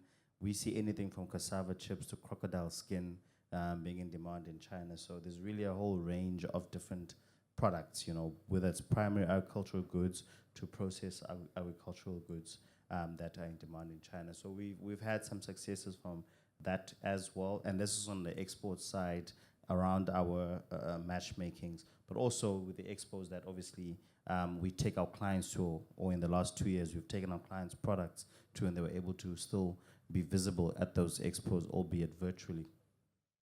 And then on the import side, there's probably our solution that's the most mature, and we've sort of been live with it in the markets that we're in, all 15 for longer. We've helped a whole range of clients. From one of our big clients in Tanzania, we recently imported 70 trucks that arrived in February of this year, branded their brand, which they will operate actually across the region with them. And same company is also operating in Zambia, where they imported 50 trucks. Then there's also, as part of our new offering, we get it where we're offering renewable energy products. So solar energy equipment, and there's a client that we're currently busy with who's looking to import for Eswatini, who's looking to see how they diversify the energy generation. So that's just some of the ones that I can highlight, and I can keep going, but not crashes because, and I wanna pause on this one because it also just ties into the imports is just not on the consumable side. We're also seeing a lot of the markets looking at how do they start to drive production and manufacturing in the country. So, which is exciting to see because some of us, most of us are aware of the Africa Continental Free Trade Area, right? And what that's gonna mean for African countries to trade with each other eventually in terms of envisioned tariff-free. That's going to open up massive opportunities for our economies to grow, especially big economies such as Nigeria. And the problem that Fola is mentioning, which is actually an opportunity, is if productivity is that low and there's something like the Continental Free Trade Area, it means that it's a good time to start to look at strategically which spaces you play in and which countries you can export it to within the continent. We as a bank, obviously the largest bank on the continent, so we're very excited about that and how we start to drive that. So this production is sort of a trend that we've seen since 2020. It's been great, and we've helped some of our clients who, in other markets where they wanted to not just only import the PPE, they started wanting to actually make some of the PPE equipment, and we assisted them with importing that equipment. So that's a very important caveat point to mention, and tied into the opportunity of the trade on the continent. You'll see we said Africa-China Expo and not Nigeria-China Expo because we are a Pan-African bank. So it's a very important way that we see things, that this trade that we are driving and we are seeing will always have this element of looking at the continent but also looking at China. You know, purely from the trade relations that have been forged over the years and the growth that we've seen, but also just the sheer scale that China gives. And really learning and those lessons to drive localized production and growing our manufacturing capability. So those are some of the 6 success stories that I want to share. And like I said, there are plenty. Even here in Nigeria, we've helped a number of our clients with both on the import and the export side. And I think at each of the expos, we've always had good representation from our Nigerian clients, and we'd like to do more. And Mr. Emere mentioned CIE that's happening this year in November. Where we again going to be there, have our stand to help our clients exhibit their products. Fantastic. Thank you very much, Lutando. I think that deserves a round of applause, especially for the work that Standard Bank Group, Stanbic IBTC Bank, which is a member of the Standard Bank Group, have done in ensuring that they're facilitating transgenerational trade, in this case between Africa and China. It was important for you to have illustrated and mentioned some of the practical ways that you have supported businesses and the success stories as well. I have one question because, I mean, the people who are hopefully going to be rushing onto our virtual exhibition, you know, as we're speaking and after today's conference and beyond, that's tomorrow, day 2, until the end of the year, would we have opportunities for virtual matchmaking, or how will that work? You know, leveraging the virtual exhibitions and the exhibitors that we have on our Stanbic IBTC events platform. Yes, certainly. So Ade mentioned that he'll keep the lights on for the app till end of the year. We also will be planning, as we have CIE in November, there's a virtual matchmaking event that we are also looking at between now and November. And usually what would happen at CIE as part of what Mr. Amiri mentioned is that we would take our clients, obviously where we can travel, we'll take them and physically put them in matchmaking rooms with buyers in China. So those are some of the things that we'll still look at and see how we strategically do it around the CIE or leading up to CIE. Those are some of the key things that are happening outside of just obviously the virtual exhibition that the app will enable. Yeah. In addition to that, we invite clients to contact our colleagues in the Africa-China banking, because in addition to that, there's also then the trade club where you can also explore that resource and that opportunities that it ties you to. So what we'll do is, and Onyinye, I've asked her very kindly, we'll continue to use that app as a way to then share what's happening, what's coming up, and be a connecting way for our clients to really be able to connect to the opportunities that are there, but also the events that are happening for the remainder of the year. That certainly sounds exciting, and thank you. The opportunities are truly endless. It's time for us to take hold of these opportunities, especially through synergizing and synergy for growth. I cannot stop this panel or start to take questions without some questions. I have just very quickly to touch on for Fola, for Mr. Oyeyipo, and then finally for Jane. The questions are pouring in, especially online, so I can imagine people who are waiting or on the edges of their seats to ask questions right in this hall. However, because, we were going to touch on the Africa Free Trade Agreement, it's important, Fola, that you please speak to this. So, Lotando had set that foundation and spoken about the opportunities that present. But I'd like you to please just share with us what benefit trade agreements between Nigeria and China, or do we have benefits from the Africa Continental Free Trade Area Agreement, and how we can leverage that as well to promote trade between Africa and China? Yeah, well, the AFCFTA is certainly an opportunity for Nigerians or Nigerian manufacturers to improve export earnings, to improve productivity, and to also, improve competitiveness within the region. And then for China, it's also an opportunity for Chinese companies to continue to build infrastructure to enhance that regional trade integration. But I'll just say that, not just in Nigeria, there are structural challenges ranging from logistics to bureaucratic bottlenecks in getting export approvals to insecurity and infrastructure. And then, the most important one is that, productivity, the ability to enhance productivity. We need to build on that as well.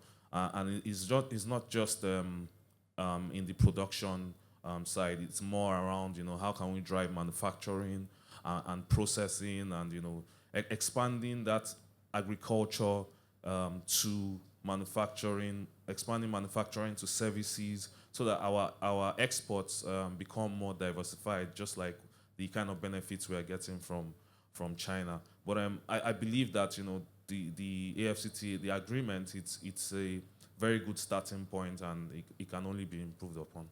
Excellent. Thank you very much, Fola. Very quickly, I'll come to you, Mr. Oyeyipo, because we would like for you to speak to export registration and license procedures that currently exist. Thank you very much. The Nigerian Export Promotion Council has been able to put its registration processes online. This can be done at the comfort of individuals' offices. You just go to our website, www.nepc.gov.ng, and the site is very interactive. You apply with necessary certificate after making a payment of 13,500 naira, and the processes will be done at our headquarters in Abuja, and the certificate will be sent to you directly. So you don't need to come to our office in Apapa here. You can do that within the comfort of your office and have your certificate. Very simple. So what you only need to present is your certificate of incorporation, not ordinary business name, because you want to know who are the promoters of the company, so which is available under the registration of limited liability company. Then your memorandum and articles of association to enable us have a view of the content of what the business looks like. I want to see specifically that you are actually involved in non-oil export, so that it will be sure that we are working with somebody who knows what is doing in terms of product, in terms of market access, in terms of activities involved in non-oil export. Thank you. Thank you very much, sir. And finally, I'll come to you, Jane, before we open to the floor for questions. This question in particular for me is important because for a number of exporters here in Nigeria and the rest, and South Africa, other parts of Africa, there are certain myths around exporting, so they'd rather shy away from it. We talked about the registration licenses, the certifications that you might need to have. I'd like you, before we go, to dispel some of these myths, especially along the lines of credibility, payment, pricing, and the role that Standard Bank and Stanbic IBTC plays in supporting trade activities. So one, dispel the myths, and the role that Stanbic IBTC and Standard Bank helps in supporting this, in facilitating this. Thank you. Yes, thank you, Ayo. So when I was talking about the challenges faced by our exporters from Nigeria, from other African countries when they trade with China, I think I've touched on some of the myths. So, for example, protocols and all the registrations, not only with the African authorities, but also on China side. And then for solutioning our bank, of course, we can provide guidances and connections with our clients towards the relevant departments on China side for them to know how to tackle these barriers to register the companies to be qualified for China export. And of course, in terms of credibility and trust is an issue as we getting involved on daily basis regarding trade between Africa and China. Trust is an issue faced by both groups of traders, not in Africa, but also on China side. So if I'm an African exporter, I might be afraid of my counterparts in China if that company is not going to pay my deposit, or if that company is going to cheat me with any terms and conditions. And also the credibility of the company in a basic way, whether that company is registered, is a legitimate company in China. So for all these, we've got our credit capabilities together with our partner ICBC to do the background checks of these Chinese companies.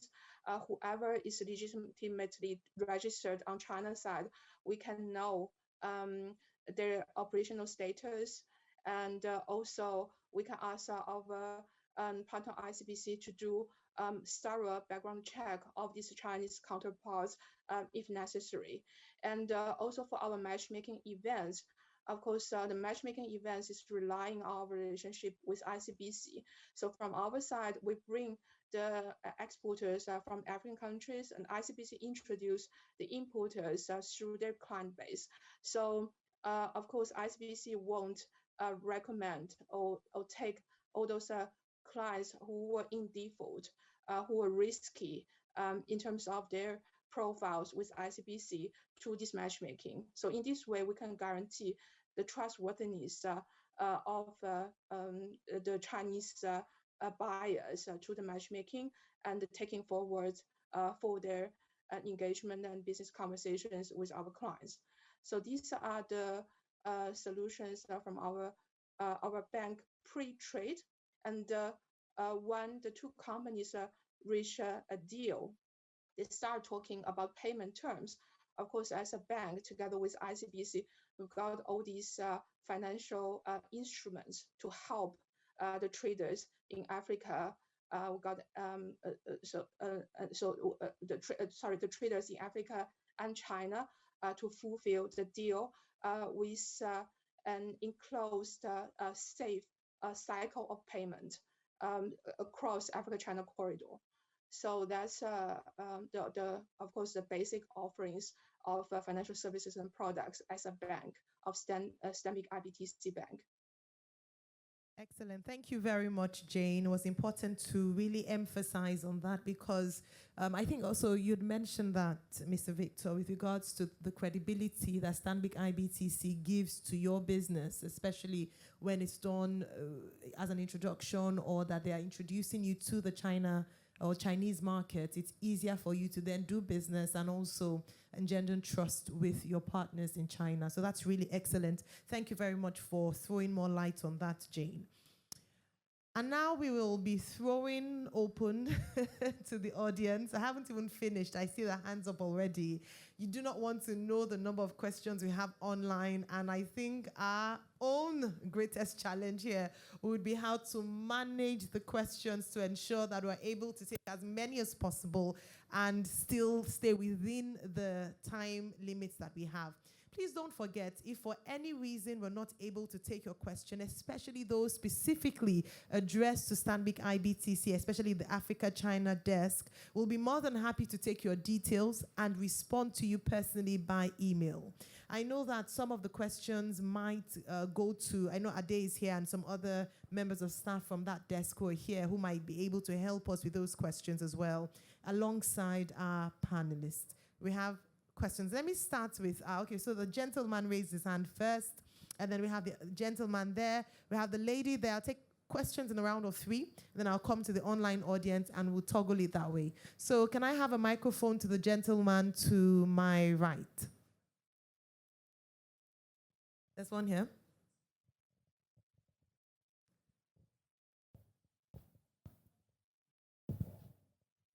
Yeah, good afternoon. My name is Olatunde Welts.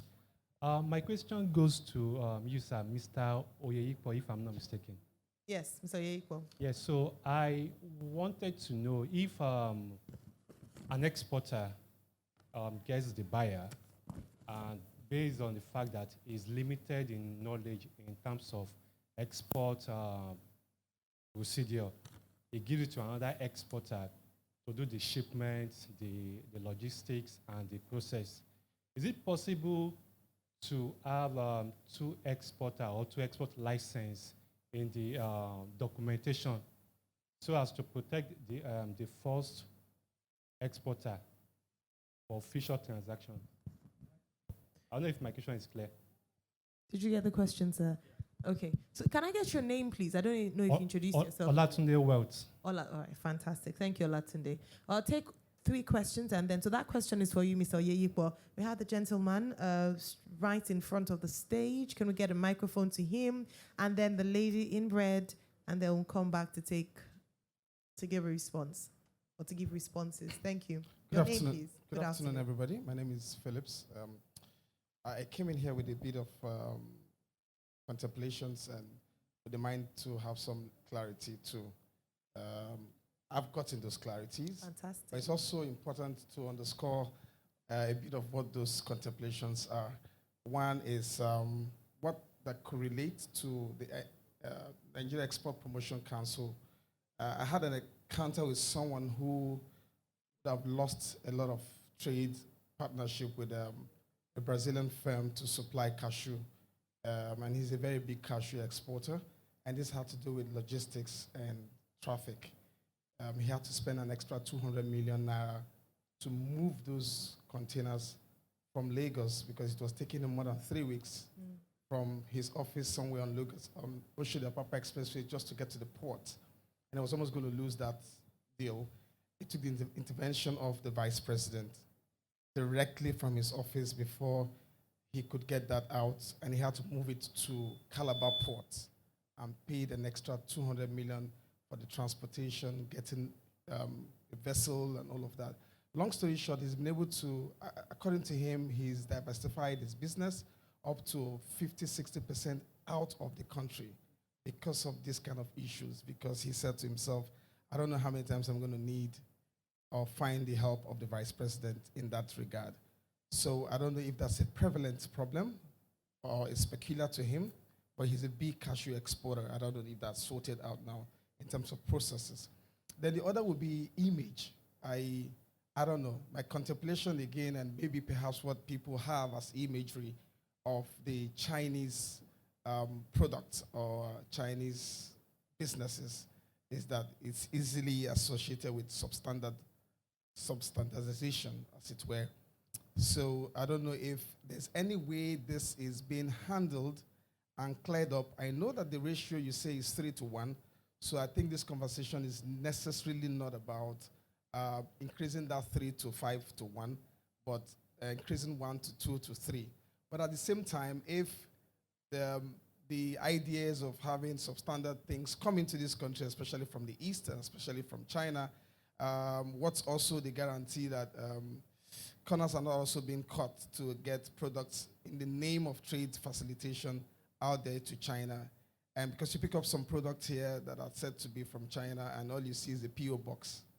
There are no fixed addresses, there are no traces, and all of that.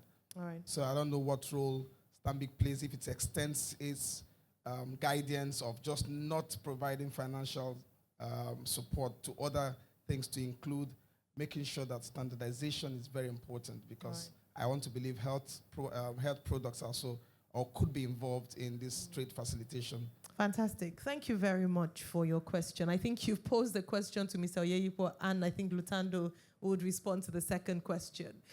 Final one from the lady in red. Your name, please, and your question. Thank you. Thank you. Hello, everyone. My name is Kikelomo Folaogunia, and I co-founded a delivery company in 2013. My partner is in here. So I would like to first of all ask questions about opportunities for my clients, because I have MSMEs who export to other countries, and we assist them with those exports in small quantities, but they have the requirements, so they would have an incorporated company, etc.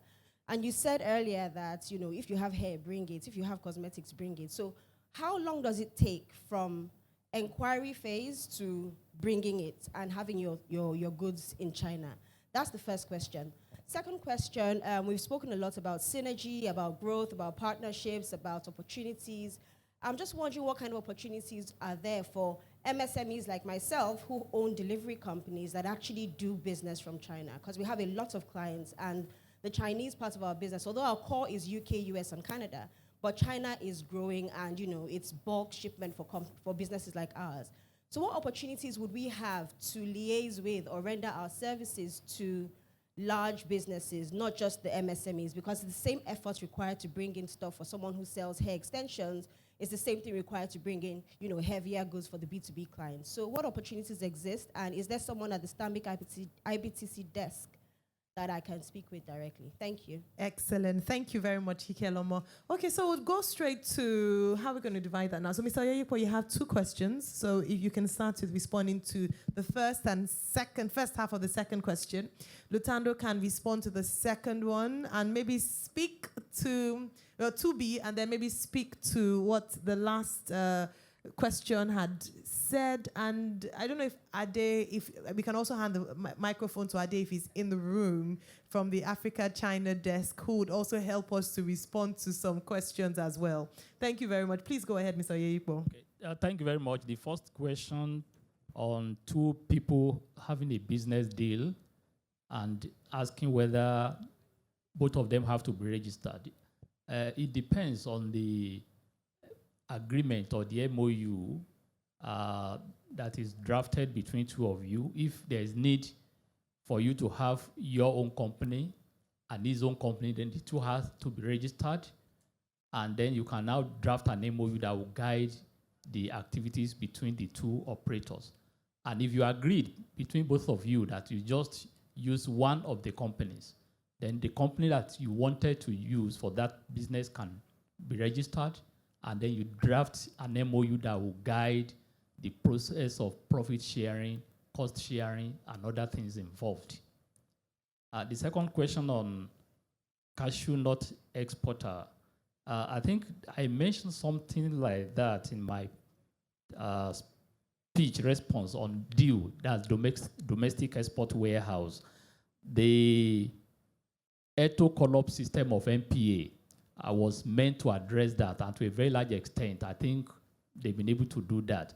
But the domestic export warehouse concept will, to a very large extent, take care of this kind of delay in the course of accessing the ports and taking a lot of time, whereby some people started making use of batches from mile 2, which is an additional cost to an exporter to access the port easily.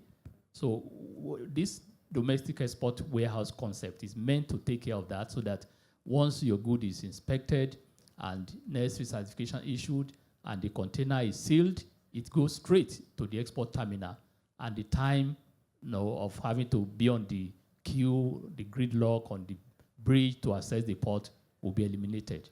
I believe that's okay. All right, thank you very much, Mr. Oyeyipo. We'll go on to the question 2B. 2B. Yes, that's on imaging. Yeah, imaging, and was that the one on products from the products from China, China. And being able to be traceable. Yeah. That's how I understood your question, right? That Stanbic IBTC offers services beyond what he has spoken about, to actually verifying the authenticity of products and okay, thank you. Yes, that's the answer. Simple, thank you. Please, a round of applause for Stanbic IBTC. Simple, straight to the point, and you can hold them on that one and speak to them. Excellent, thank you. Yeah, I'll just elaborate. Look, so we're dealing with our partner. In fact, our import partner that enables our import solution is one of ICBC's key clients, right? So we're dealing with a reputable entity, and even their suppliers that they work with are vetted suppliers that they have long-standing relationships with. So when it comes to really getting to your comfort levels as to what you're going to bring in, we ensure that, they ensure that, right? That's why I highlighted that if a sample needs to be sent, we'll do that. Because the priority here is your experience as the importer being one that is good, you get the quality that you want, and one of the things that we always highlight is that quality is a non-negotiable in terms of our relationship with our import partner. So when it comes to that, that's embedded in our understanding of our solution. And then secondly, if there's a sort of further knowledge or support that you need, and we've had this with some of our clients in other markets. Recently, we helped a client in Botswana was importing equipment that's processing, I think it does packaging, and his engineer didn't quite understand how to install this, and so we got the supplier and their engineer to actually spend time and take the engineer in Botswana to do the training to make sure that they're able to not only install it, but know how to then do support. And they remain there as a support. Whenever there's an issue, they can contact. So that's the extent that we go through with our offering. It's not just, now you can buy from someone and, you don't know who you're buying from. So it's very important for us that your experience is one that puts you in a position where there's confidence in what you're getting and how to operate it once it's in the country. So the simple answer to your question is yes. And you can certainly take us up on that. And then the other question from the lady at the table, you're sitting 2 seats away from the gentleman that will answer all the questions that you raise. So that is Ade, who's head of the Africa-China banking team here, and he'll be the best person to speak to, because your question seems like you want to talk to someone who can just sort of elaborate a bit more on your business and where you can tie in, and I think he's the best person to assist with that. Thank you very much, Lutando. Ade, over to you. Okay. Hello. I don't know if you can hear me, but I'll just go ahead. Yeah. For your question, you said you are into logistics and you facilitate movement of parcels, goods from Nigeria to China. and the other way around. So trust me, when Jane was talking, she spoke about trust. So international trade is based on trust. And for you to establish trust, it depends on what kind of partners that you're dealing with. For us at Stanbic and Standard Bank, we have a number of partners that we work with in the Chinese side. And for you as a Nigerian who is interested, that's why we have this event. If you come to us and we sit down with you, we know exactly what your needs are. We're able to matchmake you. I mean, trust me, we don't just go into the open market in China and begin to look for who is able to connect with a Nigerian. We do our due diligence, and the kind of partners we work with have been in the business for a very long time.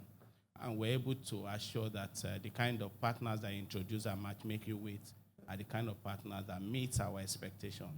And we have said it here also that we are in for a long time. So we've been there for 159 years, and it's not what we want to joke with. And when we talk about integrity of the partners that we relate with, it's sacrosanct, and it's very, very important for us before we do introduction.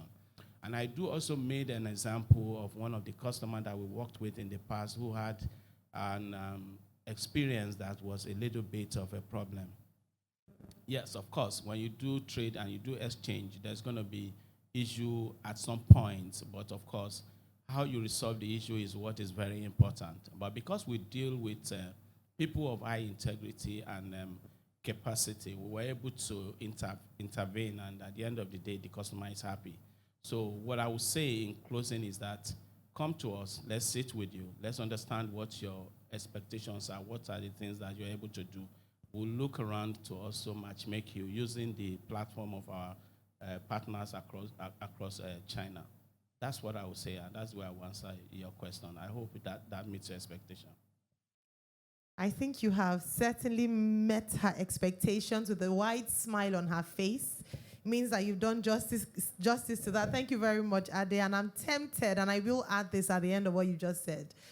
Why won't you choose Stanbic IBTC? Obviously, the best partner on this journey to promoting trade in Africa and China, or trade between Africa and China. Thank you so much for expounding on that.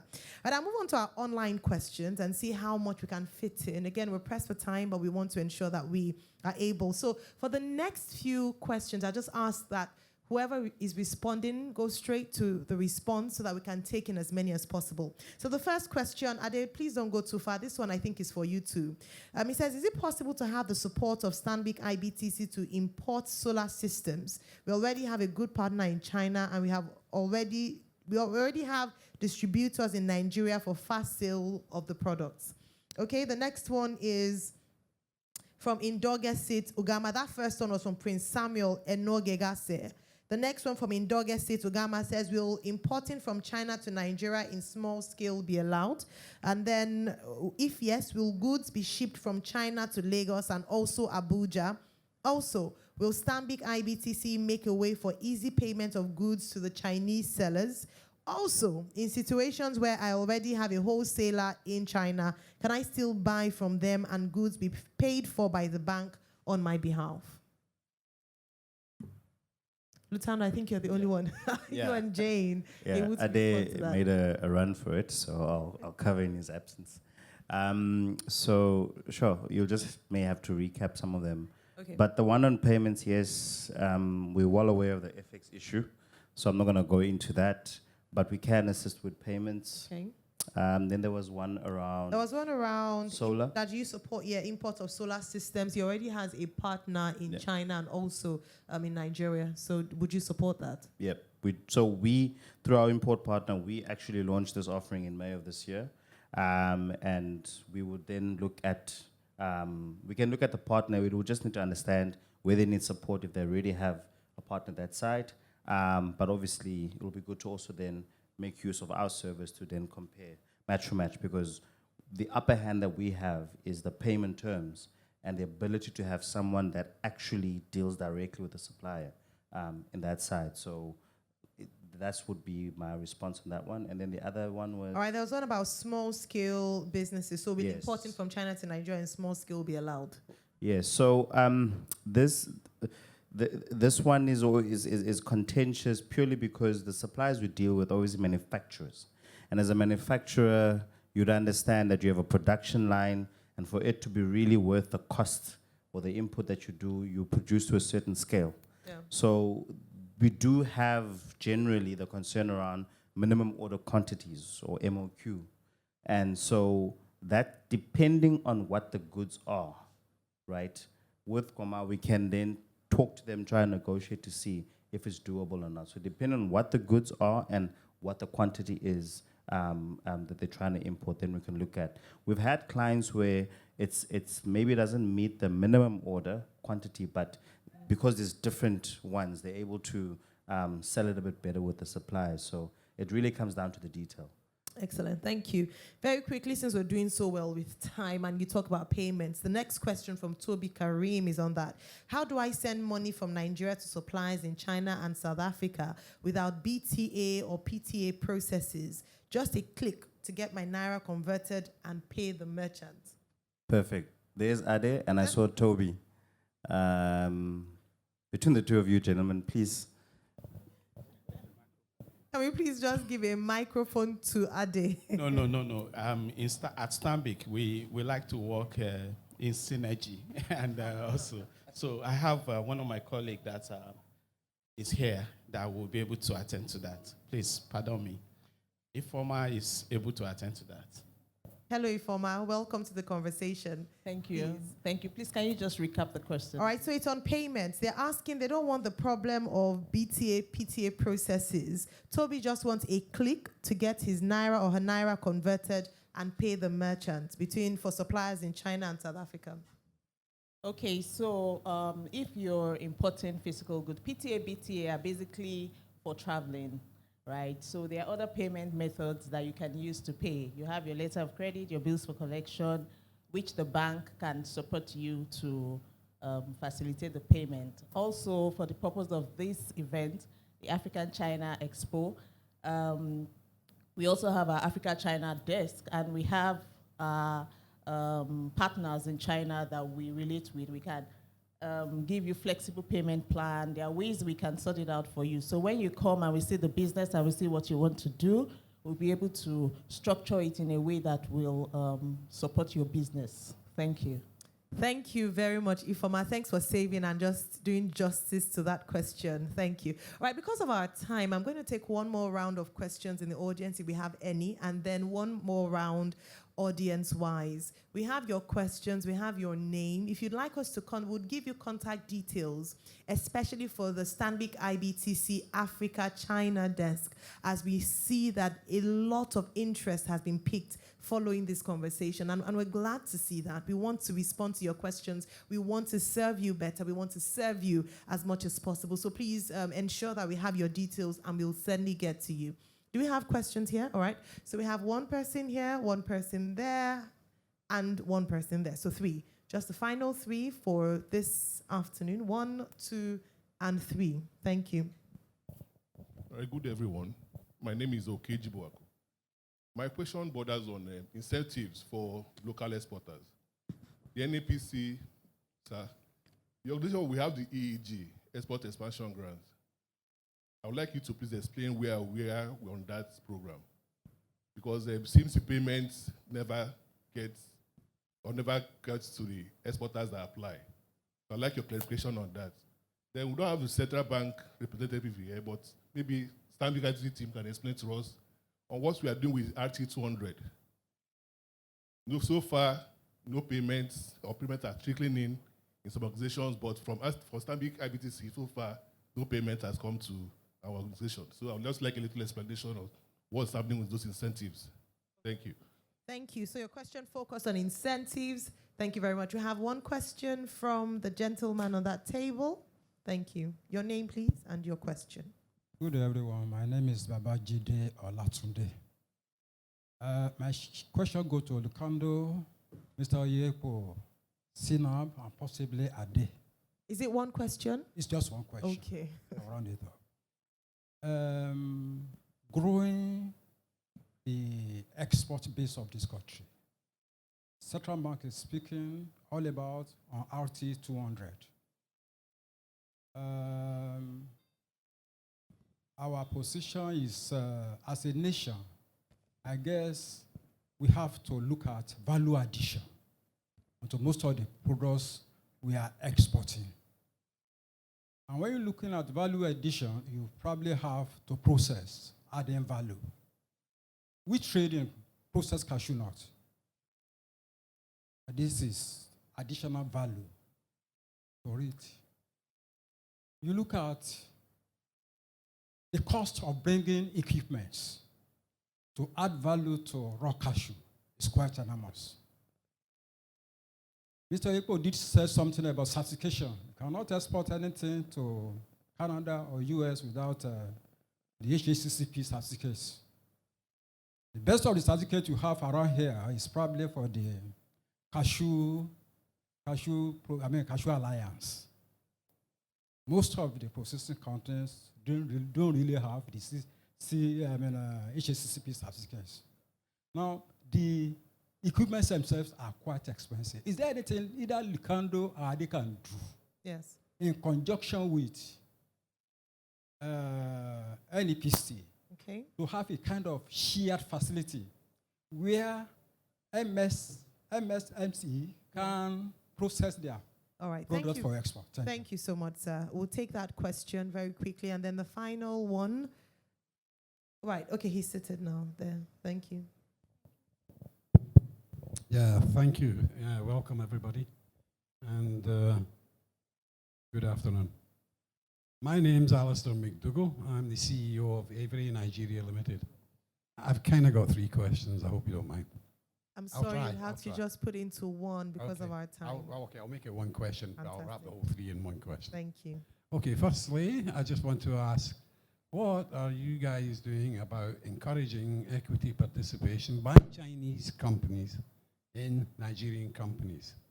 I noticed the China ICBC, whatever, has a 20% equity in you guys. Why do you not encourage Chinese companies to invest in Nigerian companies? That will help them, the Nigerian companies, and also help the Chinese companies. Okay. It will also help to reduce dramatically the issues of trust, the issues of language, and the issues of culture changes. Yeah. Okay.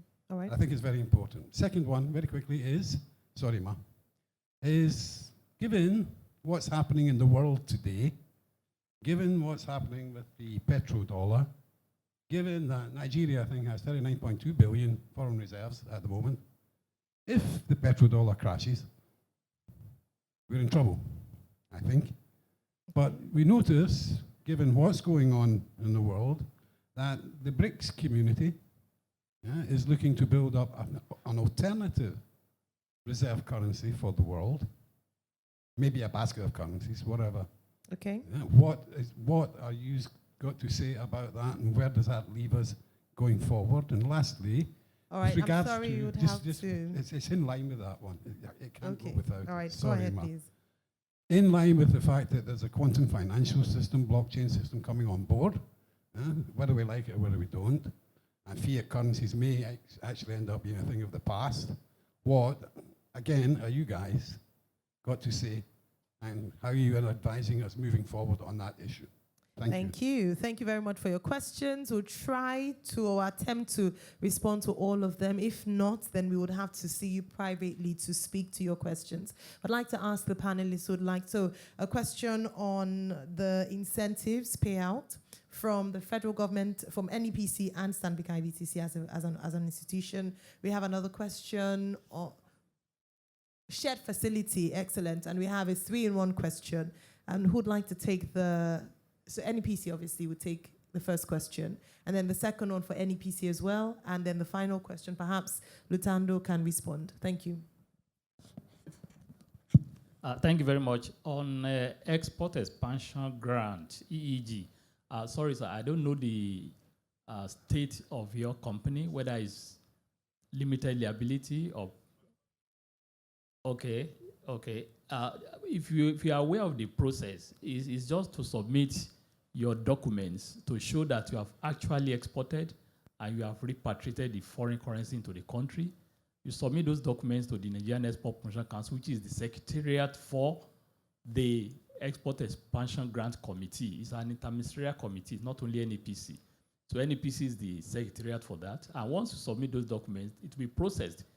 And they will carry out visitations, all the agencies involved, to the company to ensure that that company is actually involved in producing those commodities for export. And they actually exported and repatriated. And once that is done and they are satisfied, it will be approved. And payment will be made, not in cash, but with what we call export credit certificate. It's like ordinary other financial institution documents to enable you maybe pay some tax involved in export and other things to the federal government. Okay. So that's what they do. And just last two weeks, they went around some of the companies that have submitted the applications and have gotten approval for them to be listed among the beneficiaries. They went around the company in Lagos here to see what they are doing and to report back to the committee that the companies actually existed and they actually exported.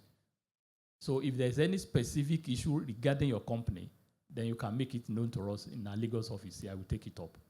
All right, so I'm sorry, because of our time, Mr. Yeyipo is here, so I believe that he can give you the opportunity to have a conversation afterwards, perhaps during the break, so that we're able to take more questions. I'm so sorry. Yeah. Or, like he's mentioned, there are portals and channels through which you can contact NEPC as well. But he's here today, so I'd suggest that you take advantage of speaking to him just after this session. Thank you, sir. So you may please go on to the second question. The second question on cashew nut processing. Shared facility. Shared facility, okay. It's the same thing. We have something like that currently in Shaki, Oyo State.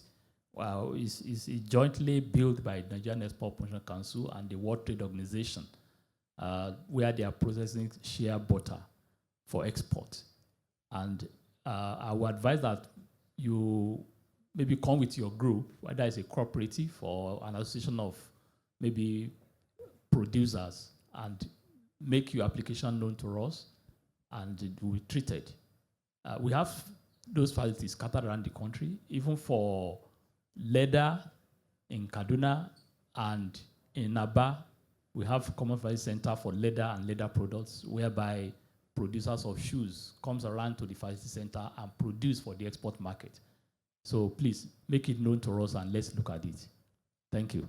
Excellent. Thank you very much. And final question, Lutando. Sure. I'll quickly respond to them for the sake of time. So there was something around blockchain, there was something around investor, and then the third one was related to payment options, right? BRICS, yes.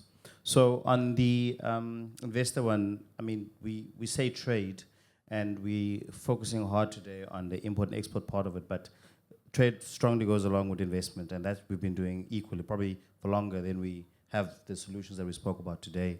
And we have an annual conference that happens, which is the Africa Investor Conference. So there's been quite a lot of work being done in that front, and happy to chat after this if you want to get some examples of where we have. But Standard Bank as being a key sort of player in that, driving the investment from China into the continent. Blockchain. We actually have been doing work on this, looking at how we can use blockchain for trade payments, and we're currently testing in Zambia as a pilot program. So I don't want to say too much on it because we're still trying to prove the concept, but certainly concept in terms of how it's been thought through is there. And then lastly, in terms of BRICS, this one I won't answer directly, but I'll answer the part of it that certainly has been a conversation between us and ICBC in terms of our strategic cooperation, which is looking at how do we internationalize the renminbi or the Chinese yuan. And as such, we as Standard Bank Group, and here even Stanbic IBTC are one of the few banks, if not only banks, that enables payments in Chinese yuan. So that for us has been a key thing as we try to grow our capability, obviously, in this corridor and our differentiators, is how do we look at that as well. There are concerns around dollar, but we're already on this path where we're looking at how do we help our clients to actually do payments in renminbi and aligned suppliers, obviously, who are open to quote then in renminbi and dollar to give the African importers that option. So this is already what we are doing in this space, and perhaps touches a bit on your question around Brexit, the currency. All right, thank you very much for taking it straight to the point and helping us do that.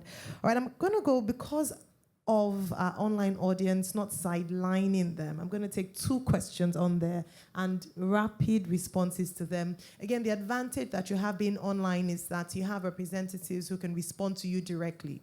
Also, we're going to take note of your names and your questions, and if you don't mind putting down your details, we would like to contact you further beyond today's conference. However, just for the benefit of the audience this afternoon, I will take 2 more questions from our online audience. One is from Oluwa Damilola.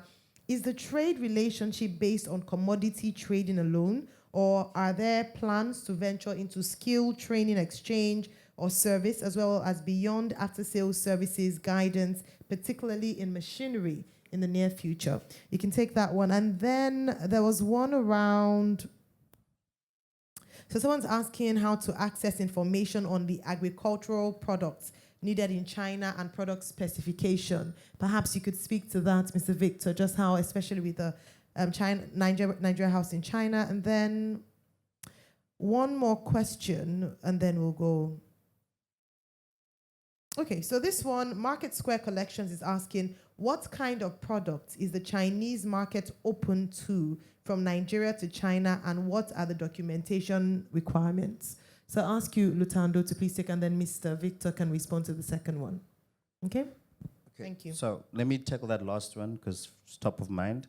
I think Jane tried to cover quite in detail the process of, if you want to export to China, what is the process like? She highlighted registration with China Customs. We have data and insights that we can share, and we'll task our Africa-China trade desk to assist the colleague over there who's asking the question to access the information. And that helps to understand then what is being imported, what is in demand in China, and then you can look at, obviously, what Nigeria produces. There is just one caveat I want to add to that, very distinctly. There is, when it comes to export, especially agricultural products, when it's raw or unprocessed, that requires protocol, right? Protocol is a government-to-government thing. So if a protocol for particular commodity is not in place, it's not tradable between that country and China. I'll give you an example. Avocados, very popular in China right now, big opportunity, but there isn't a protocol in place for Nigeria at the moment. And I'm glad we have some government stakeholders, so perhaps that can be something. So as such, there are a lot of opportunity commodities, but the protocols governs that. And we can share with you the protocols that are there, and that would also help with the data insight. And then once the product is processed, there's no requirement for protocol, but you just have to be registered with the customs and get the necessary certification. Excellent. And then the other question, quickly, the first one. So the first question, okay, so I think also Mr. Victor could throw more light on that, the products that could be exported, agricultural products that are needed in China, so that just to guide exporters or would-be exporters here, and then we'll round off on that note. Mr. Victor, do you want to respond? Okay. Yeah, thank you very much.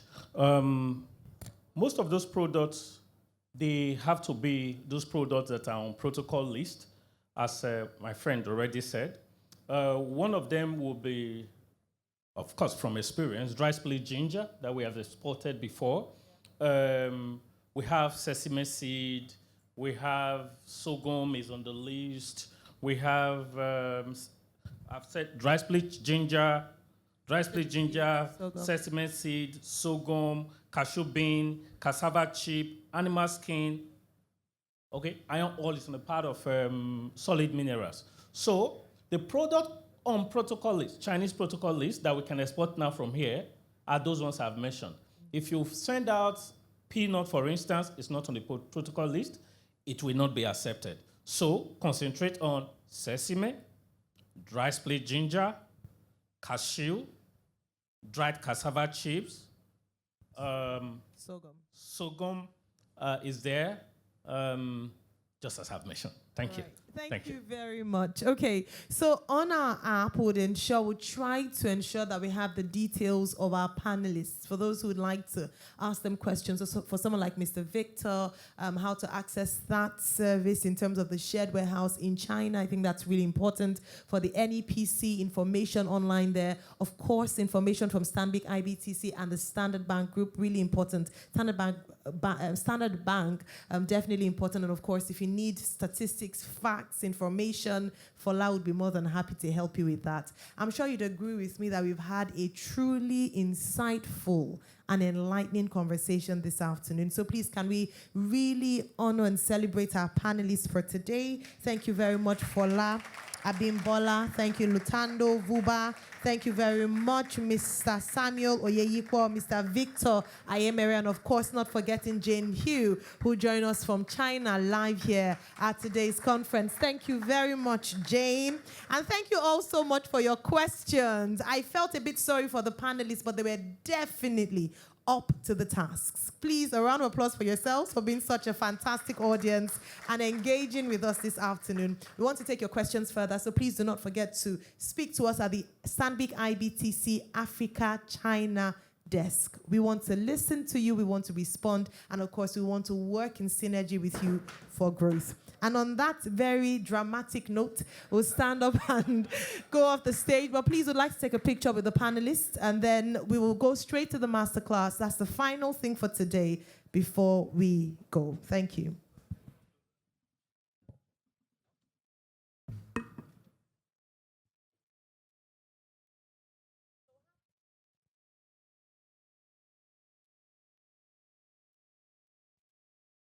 First, yes, and then we would invite some other members to come on stage.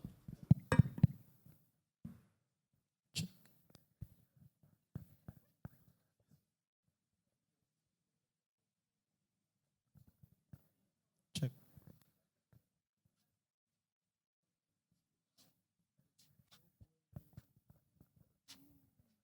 Check on two.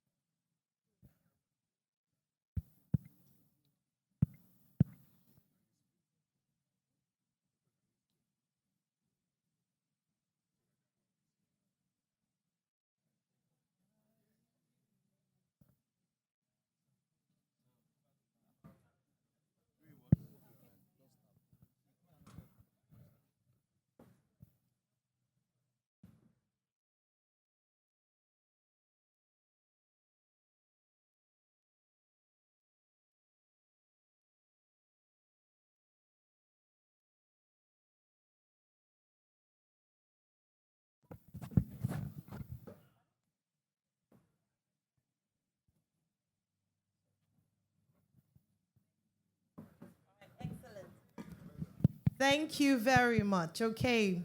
All right, please, can we just celebrate and give them a round of applause as they take their seats? Let's sustain the applause for having done justice to the conversation this afternoon. We couldn't have thought of a better panel.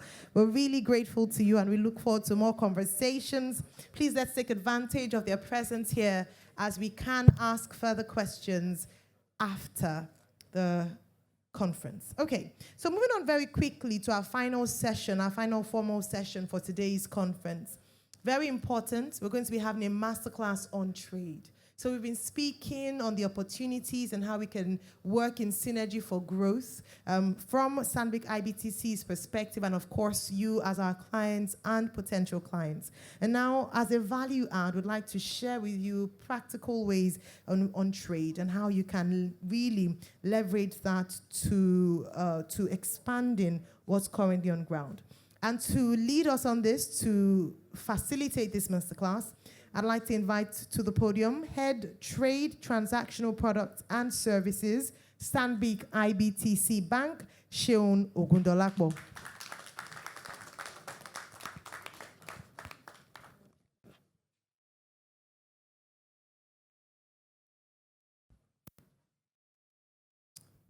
Good afternoon, everyone. I think it's best to stand on existing protocol. I've been asked to present at a shorter time than as contrary to what was planned. So that I'm not going to take much of our time. I'm going to go straight to the point. And some of the issues that have been raised, including the RT200, I would take it up as well. Because I know it's very important to every one of us. And I know that we are very much interested in seeing how export business in Nigeria can be promoted. That's a view of my presentation slide, the content. And okay. All right. First of all, I would like to mention the opportunities that we have in Nigeria. Nigeria has, huge opportunities. We have the land, we have the resources, we have the crops, we have so many things that we can leverage on in the country and which we are all aware about. I know that back then, pre-independence and even some years after independence, we've seen situation in which Nigeria was predominantly export-oriented. We exported goods out of the country, a lot of agricultural goods. As a matter of fact, Nigeria was known for agriculture. Our land is rich. We did a lot of exporting. We did a lot of cocoa, cotton, groundnut, the palm oil, and all over the country, north, south, east, west. A lot of things were happening. And agriculture accounted for 24% of the country's GDP, which is very significant. Over the years, non-oil export has also picked up. I'm speaking to the fact that we've left completely because Nigeria was previously focused on non-oil export prior to the advent of the discovery of the oil in Nigeria. And as a matter of fact, you would know that before the advent of the oil, a lot of manufacturing concerns were in Nigeria. We were assembling cars, we were into textiles, manufacturing a lot of agri products, exporting it, and some of us, well, I wouldn't want to call age now, would remember the pyramids of nuts, grains that we had in the north and different parts of the countries then, ready for export. But it has changed. It changed when crude oil came into our life. Whether it's for our good or not, maybe I leave it for every one of us to judge. But then we know that we got a lot of oil from crude oil. We got a lot of revenue in the country from crude oil. But notwithstanding, what happened was that there was a shift from the normal agricultural development, agricultural products to oil, and then we abandoned that sector. Otherwise, the agri sector would have, done more than now. So historically, the economy of Nigeria was buoyant during the pre- and post-independence years. And we had huge in revenue from the non-oil. But right now, as we speak, we can say that the non-oil has been, prior to the last 3-4 years, has been dwindling, but a lot of focus has been on it.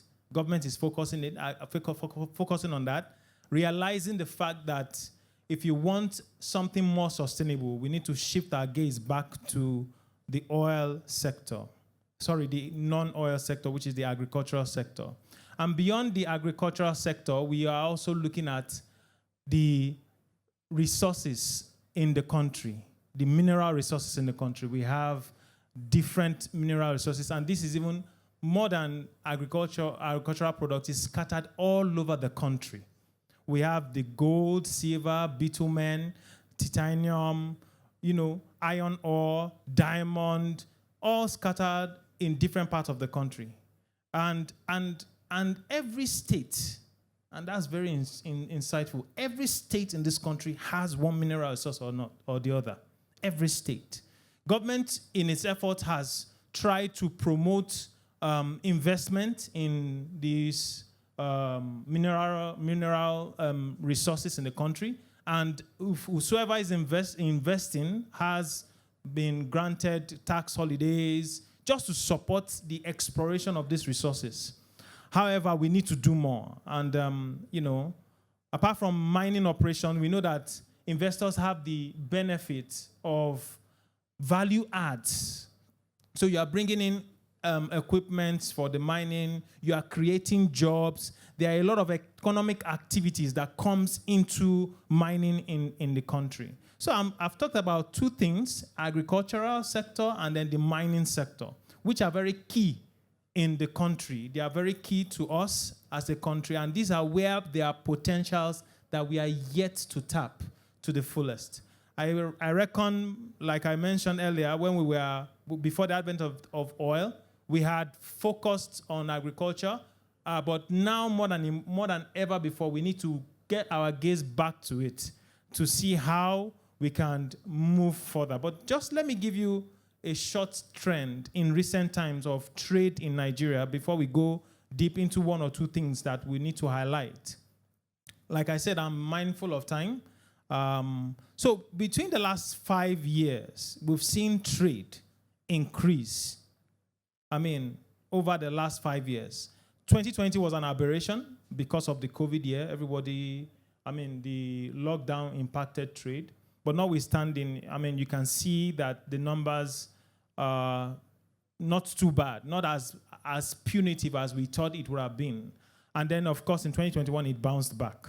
So that shows that there is a lot of activity that the country still engages in when it comes to trade. And very instructive from what we are seeing, and I'll be coming to one or two of those slides, is our relationship with China and the impact of trade with China in our numbers, in our trade numbers in Nigeria. Now, looking at where our trade partners are in the country, we've divided it into 5. We have Asia, America, then other African countries, Oceania, and then Europe. Historically, Europe has been our highest trade partners in the country. We have a lot of countries in Europe that we trade with, both import and export. But over the years, we've seen Asian countries come up and they have become very, very bullish in trading with Nigeria. And as we speak today, Asia has taken over from Europe. 44% of our trade engagement happens with Asia. 44%. And about 40% of that is with China. So you can see the importance and the relevance of the Chinese community and the Chinese products with Nigeria. Now, if I may proceed further. Okay. Now, how do we harness these opportunities? Just to further highlight, in 2016, we see Europe accounting for 41% of the exchange in terms of trade with Nigeria. Just to further buttress and break it down from where we are today. So China didn't just start, or Asia didn't just start to get to the top. There was a trend, and it flowed from that and went until we are where we are today. So it's a build-up over time, and there have been that consistency in the trajectory moving up between trade between China and Nigeria. And very important and very instructive, we see out of all this, trade between Nigeria and China seems to account for 25% of whatever engagement we're having in the Nigerian books. So, and that's very important. So we don't, I mean, that's the essence of having an expo here today that speaks to the China-Nigeria relationship. Now, if I may look at some of the products or some of the crops and resources that we trade in with all our partners, right? And just to try and understand or give you a sense of the kind of opportunity that is still out there yet to be tapped. And if you look at all these products, all these crops, all the mineral resources, if you scan through, right, I hope we were able to see about just 2 of the products there or crops there, Nigeria is accounting for above 20% on 2, and that's the oilseed and cocoa waste, including the shell and the husks. For other products, when we look at the global market, we are doing predominantly less than 1%. Why? Because we have not been able to tap deep into, mining or growing and trading in these products. So there are opportunities. There are vast opportunities. And I mean, especially from the export side. If you look at the global market, I mean, there are some things here you'll be wondering how come Nigeria is not topping the league. We have rubber plantation in Nigeria, and the opportunities to grow rubber. Our soil is very good for rubber plantation, but we are doing less than 1% in the global space of rubber. And that shows us that there are a lot of resources we need to put into agriculture or mining that should bring out the best from what we are seeing here. So there's a lot of potentials. There's a lot of things that we need to do to improve these numbers. And this is the entire country. Now, I would want to spend some time on this slide because I know it concerns a lot of people. I've heard from the beginning of this year, sometime in February, the CBN came out, and there's an initiative, or there's a reason why the CBN came up with this initiative. And quite frankly, if that initiative is run as it's supposed to be, we're supposed to enjoy the benefit thereof in the next 3 to 5 years. The RT200 policy, which was raised earlier as a question. And what is the RT200? The RT200 is a race to 200 billion in export proceeds or export proceeds repatriation within the next 3 to 5 years. Right? So the expectation is that export business in Nigeria is meant to be promoted. The proceeds will grow over time and then repatriated, and then we'll begin to see how the country can become net exporter instead of net importer. And the focus is on non-oil export. The focus is on how we can build, not just looking at crude oil as a major source of building our reserves, but having to focus on something different. I mean, I started earlier by saying we invested a lot in agriculture earlier before we discovered oil, and there were a lot of manufacturing companies in the country doing different things. We were exporting a lot of things beyond agriculture, and we were seeing the effect on the exchange rate then. I mean, a lot of people tell the story of when Nigeria used to have the exchange rate of 1 naira to $1. But the situation is different now. But then, if we're able to promote export, right, we can gradually bring back those days where we have better foreign exchange story to tell. Now, the RT200, like I said, was launched in February this year, and it's part of the measures to reduce increased demand for foreign exchange. And the program or policy is hinged on 5 major pillars. The first is value-adding export facility. The second is non-oil export commodity expansion facility.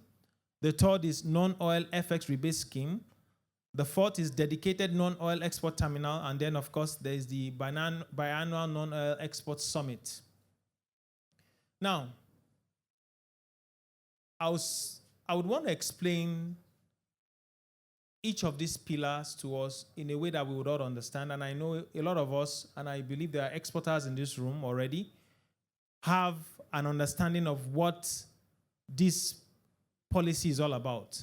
But then we need to drive home the purpose and the intent of this policy. Now, the CBN's interest is to see how we can use export proceeds to finance our imports, not necessarily going into the reserves to finance our import. We want to see how we can become net exporters. The value-added export facility, right? I think I had a question on facilities that can be made available to exporters to promote or to boost their export business, or even to add value to the current item of exports that they are trading in. Now, this value-adding export facility is there to support exporters that do export maybe raw materials or raw products. For example, raw cocoa or raw cashew. Right? And the intent of the CBN is to say, if you are exporting raw agricultural products, you get less value than when you export it as a semi-processed good or semi-processed product or a finished product. So you have semi-finished or finished before you can be considered as having added value to whatever you're exporting. Now, look at it this way. I was reading something somewhere, and it talked about cashew nuts. For every for example, $100 of cashew nuts that you export, raw cashew nuts, right? You are losing 900% of the value you would have received as revenue if you had added value to it. That means that if you add value to that $1,000 of cashew nut that you are exporting, right? If you add value to it, convert it from the raw state to semi-processed or even finished. Let me use semi-processed because that's what it signifies there. It means that instead of getting a revenue of $1,000, you will get $9,000 for the same quantity. Now, if you further convert it, I was also reading and I was saying things like cashew jam, cashew, the different products you get from cashew, the very consumer end products. You add another 150% to that 9,000. So you end up having about $15,000 instead of $1,000. You can imagine the level of revenue that will be generated. I know adding value to processing the raw material itself, or the raw crop, is capital intensive. And that's why the CBN has put this first one, the value-adding export facility, in place so that exporters can access those facilities through their banks to be able to, build capacity, enhance their production lines to convert it to semi-finished or finished goods. And that's the idea, to add value, not just sell the crops raw. And Stanbic IBTC, we've been able to apply for some of these facilities. The export stimulation expansion facility, we've applied and we have had success stories. and it's working, it's there. The important thing there is, what strategy as a company are you employing, or what do you intend to do to convert what the raw crops or the raw material that you are working on or that you are producing into semi-finished or finished good? What idea do you have? You can bring it to us. We can advise as a bank. The next one is the non-oil export commodity expansion facility. This is just a step further from the value-adding facilities to say that you want to expand your factory line. You want to, beyond, adding value, beyond having a production process that adds value, you want to increase the capacity. So the expansion facility is there. It's like an expansion grant that the CBN, and all these facilities are at cheaper costs when applied to the CBN. Like I said, Stanbic has had success stories. We've applied some, facilities has been disbursed, and production have begun with the companies that have received such facilities. So we are encouraging exporters, take on that opportunity. If you have a plan, speak with your relationship manager. There's no way you would talk about it and it won't be brought up and we won't support. Because we are very, very much in sync and in line to work with exporters, especially to drive the RT200. Then, of course, the very important one to our gentleman over there, the non-oil FX rebate scheme, which you highlighted. Let me explain the scheme before I attend to your question. The scheme is part of promoting and encouraging exporters to export and receive export proceeds and use these proceeds in the country. The more you export, the more proceeds you have, the more you are able to use it to support the import or whatever you are importing into the country. Now, the CBN is saying, for every dollar you repatriate into the country, right, for non-oil exports, I'm going to be paying you 65 naira for every dollar, right?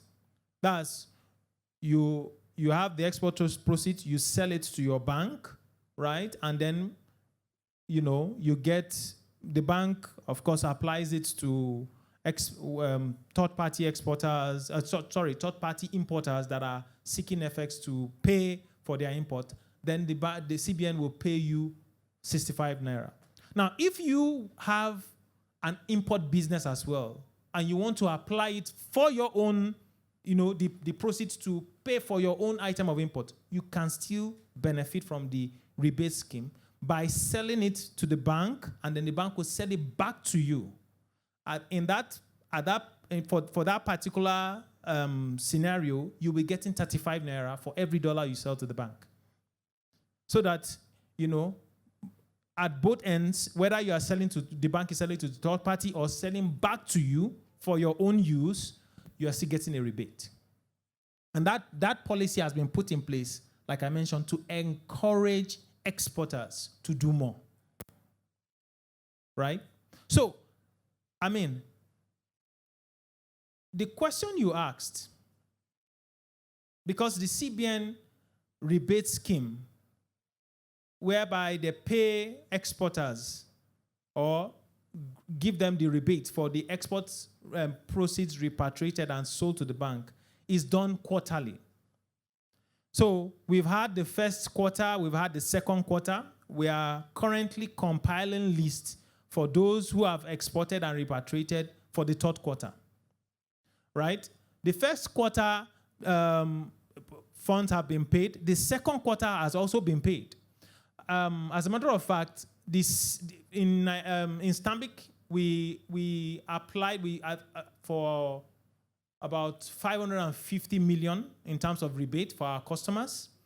412 was disbursed to us in Stanbic for our customers and has been credited to all the customers. And I believe that's the question you were asking in terms of is this money really being paid? Yes, it's being paid. It's being paid. We have customers that have benefited, and we are currently compiling. And the issue there is this. CBN says, whatever you have sold within a quarter, you should apply for it in that quarter. So it's possible that if you don't apply in a particular quarter, you might miss out. I mentioned that we submitted 550 million naira requests. We got 412 because about 138 of it we are exporters that did not submit on time. So we encourage customers to please submit your rebate request on time, because if you miss any quarter, it might be difficult getting feedback or getting the rebate from the CBN. We've applied to CBN, tried to make or justify the reasons why the remaining 138 should be sent to us, but we are yet to get a feedback. But the ideal thing is that once you sell your export proceed, please apply immediately so that you qualify, right? Then the other pillar is the dedicated non-oil export terminal. And this the CBN is trying to address the infrastructure challenges that exist, for exporters. In one of the conferences that the CBN organized earlier, because the last one, if you look at it, it says Biannual Export Summit. There were a lot of talks, and the last one happened about, I think, was it in May or June? June, yeah. And a lot of things around the infrastructural challenges were addressed. As a matter of fact, the CBN had to come up, they set up a committee within the different banks. Stanbic was one of the committee to look into the issues around the port logistics and the challenge. I mean, we are aware and we recognize the fact that there's a lot of logistic issues for exporters when they want to export out of the country. And then, talking about issues around how you move your goods from one location to another, earlier in the day, the representative from NEPC was talking about someone who was exporting, is it cocoa or shea butter or something like that, that melted before it could get to the port. And so those type of issues are what the logistics issues, the bad roads, the infrastructural challenges are what that CBN is trying to address here. And part of the things that came out of that committee was a summary recommendation that talks about dedicated seaports for export, building new export-focused ports and terminals, dedicating some existing ports and terminals. We were making suggestions around using the free trade zones for exports, converting a portion of there or allowing exports to happen in those free trade zones, setting up export buying houses near the ports, and also establishing export storage facilities also close to the port. So those are some of the things that CBN is looking at, and that comes under the dedicated non-oil export terminal. And of course, the last one is the biannual summit, and I believe that is just to review how the progress of the RT200 over time. So very instructive. I must say that the key focus here is value addition. Value addition. In simple terms, value addition will allow a farmer to focus on customers while producing and thoroughly meeting their needs. When you add value, I mentioned earlier, you get more. And that's the idea. The backbone beyond the RT200 really is to have more flows into the country in terms of export proceed.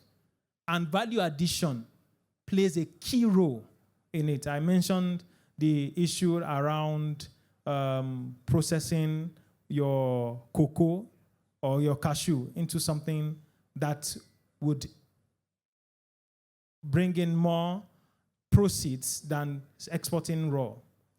I'd like to read this for us. It said Nigeria, and by extension Africa, is losing substantially due to the failure of adding value to their produce. According to the NEPC, Nigerian Export Promotion Council, for Nigeria and other exporting countries of cocoa to take a big chunk of the 82 billion global cocoa chocolate industry. So you export cocoa, it's processed outside. That the end product itself is $82 billion industry. So we should be able to participate or partake in it. Might not necessarily convert the cocoa into chocolate, but when you convert it to cocoa powder, that's a step, right?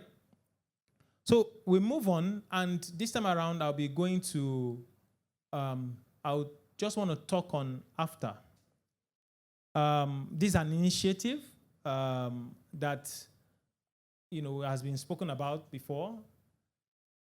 Has been spoken about before, and I think one of the key points here is a trade agreement that's supposed to eliminate some tariffs and norms by the member participating countries. There are currently 54 African countries.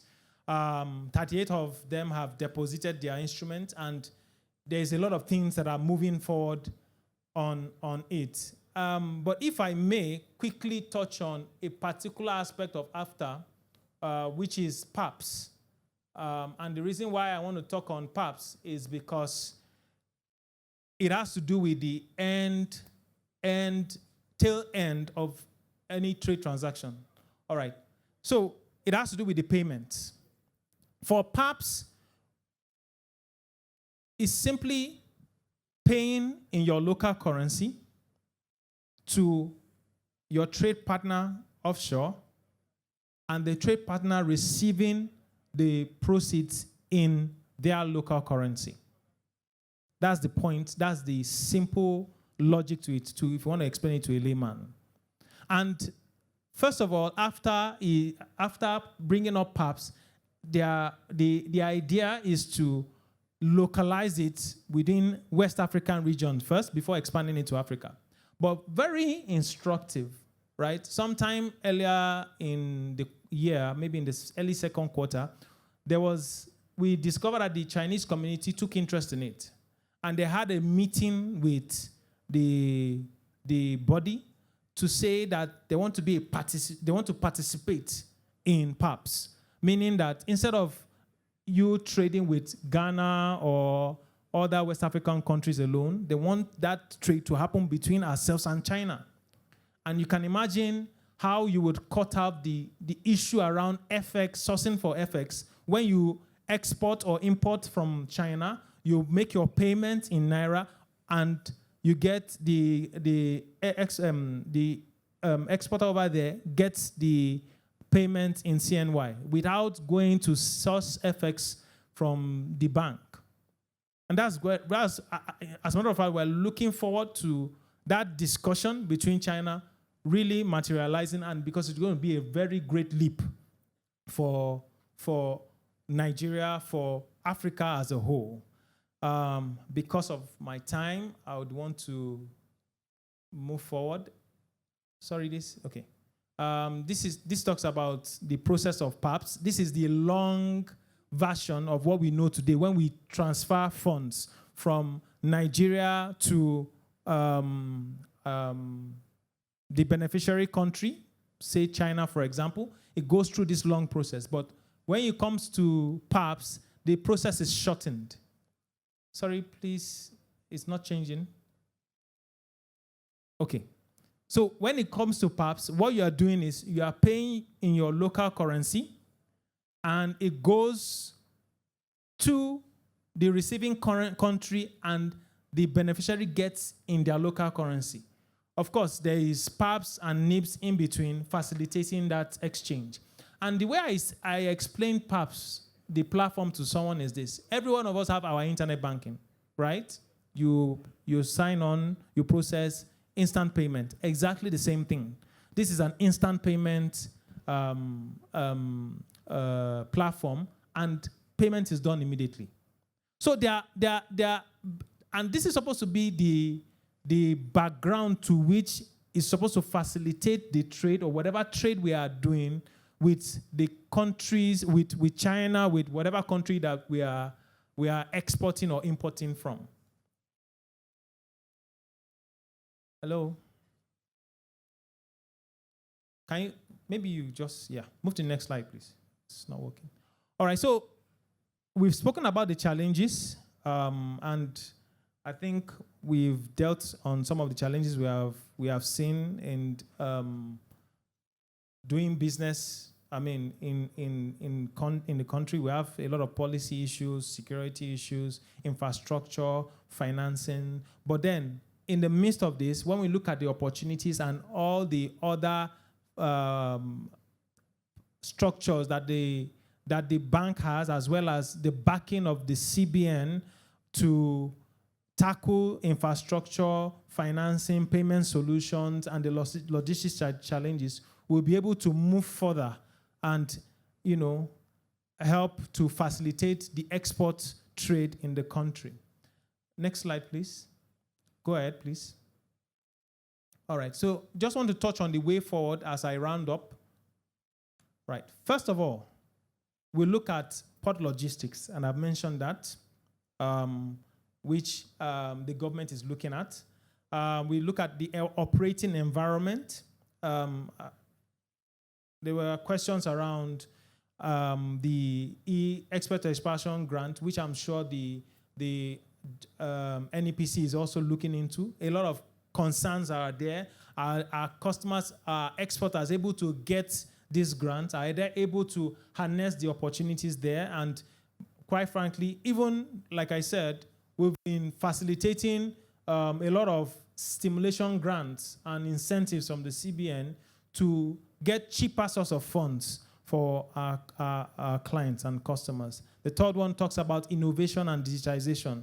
A lot of things have been put in place, right, to ensure that we digitize the process, which will help the export, both import and export business into the country.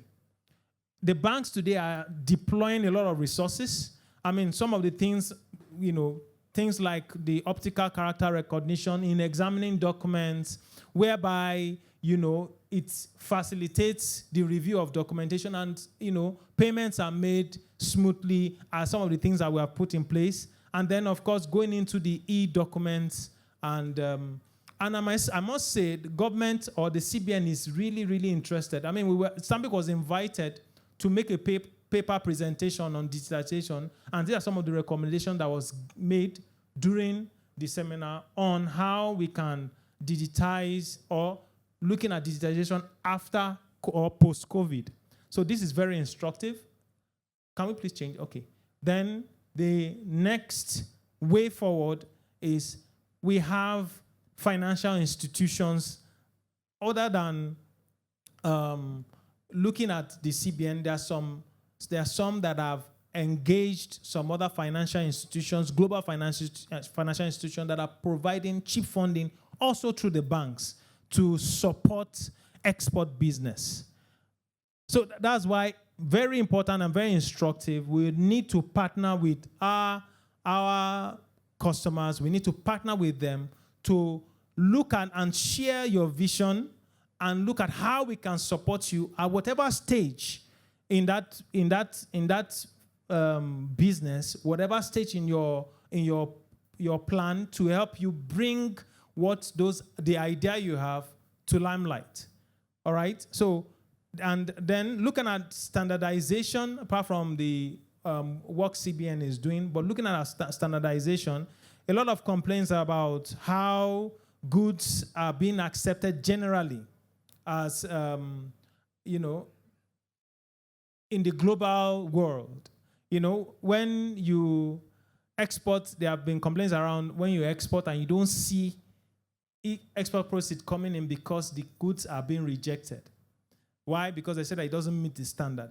But then when our organizations in country, our standard organization is able to work with the exporting or importing country, we're able to create a standard that is acceptable so that in country we are able to review as a country before the goods goes out.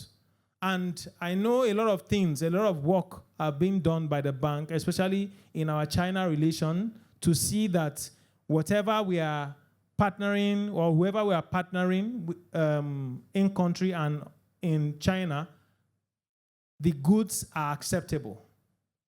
I mean, Ade mentioned earlier that there was a particular item of import that got stuck and it was resolved amicably. So those are the kind of support we provide to customers on this, and standardization is a very important point. So at this point, I would like to just conclude there to say that we need to improve on our drive for export as a country, and value addition is key because that is where we'll get the best of benefit from whatever export business we're doing as a country. And the bank, Stanbic IBTC, is there to facilitate such. We are there to provide the level of support that is required. We are there to provide a level of attention to details, to funding our exporters, providing the advisory services. And we have different experienced resources within the bank that will be able to help to provide that kind of support that is required. We have the agri desk, we have the export desk, and we are able to link you with, that has been mentioned earlier, link you with exporters that would be best suited for you in terms of your partnership to facilitate your trade outside Nigeria. So thank you. I know my time has been fast spent. Thanks for the audience giving.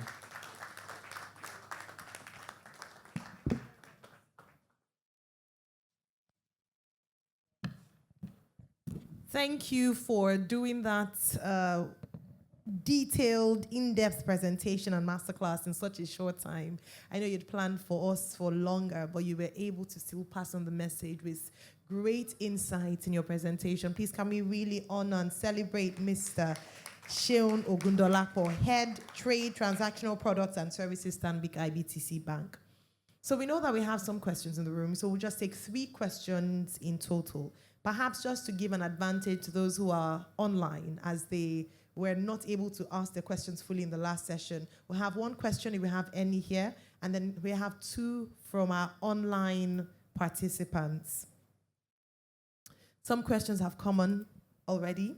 Seun, if you don't mind taking a few questions from our online participants. I also know supporting Seun as well. If you have questions, we have Ade is back as well. Ade Otukomoya, Head Africa-China Banking, Stanbic IBTC Bank, is also going to be able to respond to questions. Yes, please, they could. And then we have Jesu Seun Fatoimbo, Head Transactional Products and Services, Stanbic IBTC Bank. So we have 2 Seuns on stage and 1 Ade. Please let's give them a round of applause. We're really quick, but we thought it was important that if we had such a fantastic presentation, very informative and enlightening, it would be an injustice to not allow people ask questions. So we have just a few minutes. We'll round off about 2 p.m., 10, 15 minutes for questions, 2 p.m. 2:05. We have lunch. I know that we've worked up a solid appetite following this morning and afternoon session, and so we provided a very rich and delicious lunch for you. So immediately afterwards, we'll be heading on to the lunch area. We have a question there from that table. Can I please hand you, have your microphones. I'll bring the mic.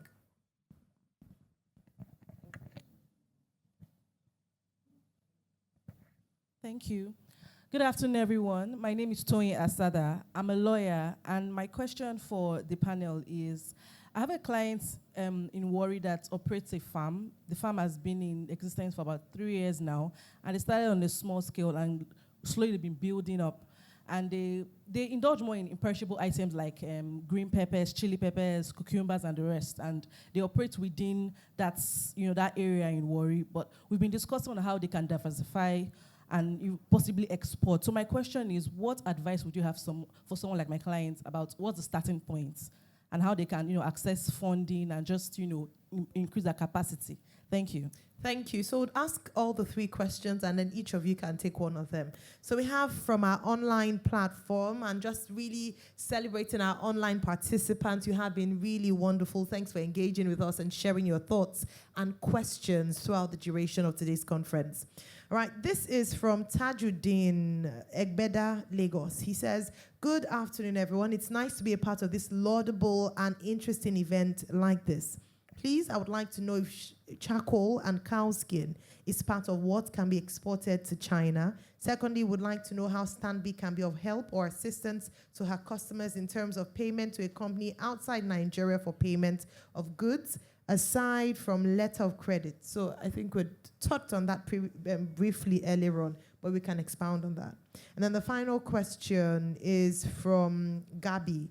Gabi is from Gab Safri Foods saying, please clarify what the Export Council and federal government is putting in place to avoid product takeover within the agro-processing sector. Example is Gari processing that also has a China label. What will be the trade boundaries from Nigeria? Thank you.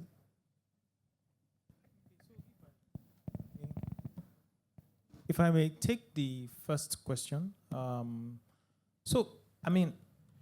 During the presentation, I mentioned something about value addition, right? So he produces pepper and the likes. You probably want to ask your customer, would there be interest in packing those vegetables in cans and exporting them? Right? Because you see, quite frankly, if you export the raw pepper and tomato, you would not really get much in terms of the proceeds. So someone, and you know the challenge here is a lot of people, when they hear that they want to do export and earn foreign currency, if you don't educate them very well, they'll be looking at the sound of foreign currency, but not knowing the implication. Right? So if there is the interest to go large scale and package it to semi-finished or finished product, but in this instance, if you are packaging in a can, it's similar to like a finished product, then there can be that opportunity to apply for a grant. A grant, that will be applied for, or a stimulation funds that will be applied for cheaper, right? And this is even agriculture anyway, cheaper, and then that will help to purchase the machineries or whatever capital-intensive equipment that will be used to convert that product into something that can be exported to get the maximum value from it. Yeah, so the bank can partner with we can put the customer or the farmer through the process. We have the agri desk, we have so many experienced people around, and we can also link you or link the customer to possible importers, whether it be it in the West African region or even in China, if there are markets there for it. We have that link. There have been a lot of discussion around links all over, and we can link you. As a matter of fact, another advantage coming to Stanbic is that we are a member of the Standard Bank Group. So we have other Stanbic IBTC Group affiliates in different African countries if you want to reach those African countries. We are having discussion on how to open the door, for example, the door of Ghana to exporters or importers in Ghana. You as an exporter want to export to Ghana, you have the product, but you don't have the connection, we can link you. You want to export to Uganda, you want to export to, so we can partner with your customer to open the door to other African countries where they have that reach. And if he has interested buyers, right? We can also do the same. We'll link up with our standard bank in whatever region and then connect them, and it will be better. You are moving within the standard bank group and you benefit from that economies of scale. But the most important thing is value has to be added to that product before it goes out. Thank you. All right, so you wanted the second question? Yes. Okay. Okay. Before I go to the second question, I'd like to say that your friend who packages pepper and condiments wants to go to China. The truth is that when Jane was making her presentation, she did mention that if you want to export, this is the time to China, because there is a province that has been dedicated for agri-produce to be imported to China. There are programs in place that speaks to Chinese looking to have Nigerian staples in their shelf, in their supermarkets across a certain province in China. So what we can do is to sit with you, find a way to connect you, and look at the quality, the packaging, the acceptability of the product that you have. They want to eat and drink our product in China, and there is market for them. Good enough, your client or your friend is already producing and packaging. And in relation to what Sheung said, it's better for you to package before you export. So come and sit with us. We'll speak to you. We'll connect you. And that is why we have this expo. On the second question around the guy that spoke about charcoal and skin. Skin. Yes. The truth is that it's an acceptable set of products in China. And you just need to find out what kind of skin are we talking about and what kind of processing that is required. And for your charcoal, there is a massive, massive market opportunity for you to sell. All you need is to come to us and we will connect you appropriately. Thank you. Fantastic. Thank you. There was another question I joined to that one with regards to payments. So in terms of payments to a company outside Nigeria for payment of goods, so just Sheung will take that one. Outside from the letter of credit, what other options do Stanbic IBTC have for its customers? Yeah, thanks. I suppose a good place to start is to look at the more of the broad regulatory or exchange control environment. So the CBN kind of provides the guidelines, or I'll say the framework against which you can access currency and repatriate funds to counterparts offshore. So currently today within the import component or the import corridor, it's really letters of credit, it's bills for collections, and where you're sourcing your own dollars yourself, there is an opportunity to also repatriate. That's called non-valid for foreign exchange, but I suppose the question is really linked to people who are looking to source official FX. So it's be down to letters of credit and bills for collection. But I think what's important is the role we play in that process.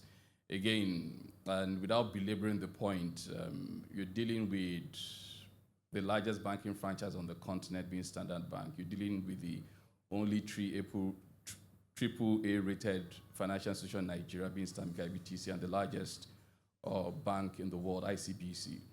You can't get it wrong.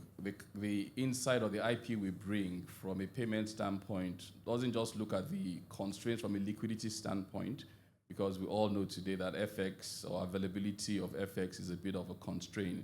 But we're able to introduce mitigation where we're able to either provide liquidity in the short-term basis, where you can settle your counterpart offshore, and you protect your reputation, you keep your lights on, you keep your supply chain going, pending when you're able to source the FX from the CBN.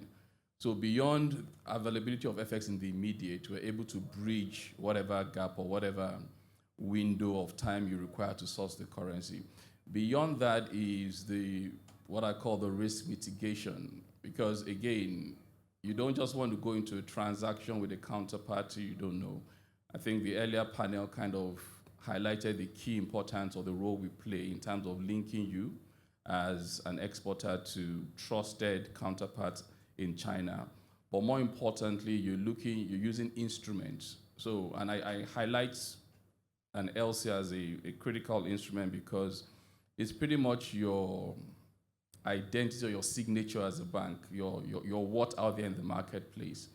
As the only AAA rated bank in the country, our letters of credit today are accepted worldwide. Beyond that, where we require confirmation or an additional guarantee, we have the Standard Bank Group that's able to provide that. We do have also strong linkage and connections to correspondent banks across the world, primarily ICBC, but across Europe in major trade centers. And that's one that I think that we offer our clients, and we bring that total package, I would say, to the relationship. I guess the last point I'll make is if you want to look for a concise response to your customer around what feedback to give them or give the person, just tell them to partner with Stanbic IBTC and they won't get it wrong. Thank you very much. I think that last statement is one that we all must go home with, which is just tell them to partner with Stanbic IBTC. The questions you have, the challenges that we have discussed this afternoon, obviously with such a strong network and partnership with other organizations around the world, they've been able to prove that they are the institution to partner with when it comes to exports from Nigeria and Africa to China and the rest of the world. Okay, the final question, I don't know if you would want to speak to that as well. It talks about the Export Council and federal government putting in place to avoid product takeover with the agro-processing sector. So Gabi gave the example of Gari processing having a made in China stamp on it. And how are we going to check that? Is there a way to check it? And what's is Stanbic IBTC's position on this? So my immediate reflections on this would be to look at what the government is doing on one side and what we're doing as a banking franchise on the other side to enable our clients to be a lot more competitive. And I really think that's what it comes down to, how you're able to, compete out there. And I think Sean spent a bit of time looking at the race to 200 billion in FX repatriation and the key levers, or what I call the key pillars that the CBN has introduced. So the value-adding facility is one that allows you to access facilities at concessionary prices or rates, and on a long-term basis to fund expansion. So again, if you're into value-adding, a good example, rather than be the exporter of, primary products or unprocessed products. And I think Sean throws out a very instructive number. The global chocolate industry is somewhere around $120, $130 billion. The cocoa industry is less than $10 billion. So you can imagine, and if my numbers are correct, 75% of cocoa is grown in West Africa. So rather than export cocoa bean, you look export cocoa powder, cocoa butter, cocoa paste, and what have you.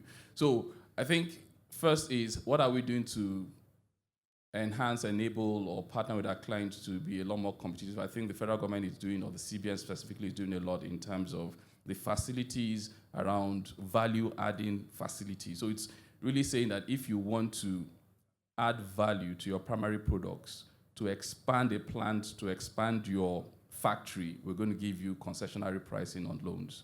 The second is then producers of primary products.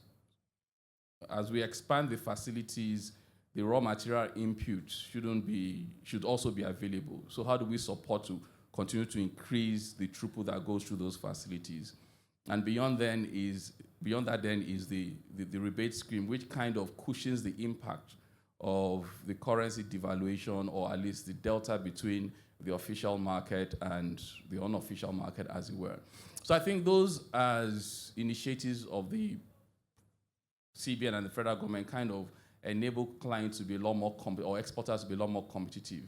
On our side, I think it's the advisory that we bring to the conversation, and I wish we could spend the whole day, putting that out here. But if you do schedule, whether you're online or here physically, for those online, if you do reach out, and I think Ade has done a good job highlighting the key contacts, the team, the Africa-China team, the email address and contacts, reach out to us, and we'll be able to have what I call a bespoke conversation and see how we respond specifically to the sector, the product, the corridor you're trading with. And our insights in that regard will give you, I think, the lever to be a lot more competitive. What happens outside from a, should I say, China or outside of Nigeria standpoint, I think there's little or limited influence that you can drive. But if we're competitive in terms of quality, in terms of price, then I think our products then can go into the market and compete favorably, and that's the edge we'll have.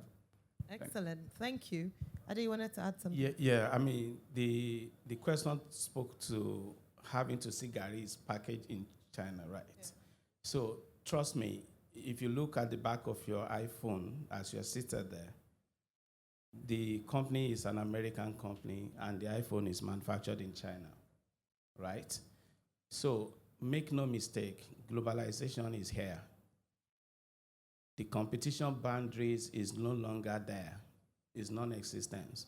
And for some of us who work with data on a daily basis, we do know the number of Chinese enterprises that are registered and operating in Nigeria today.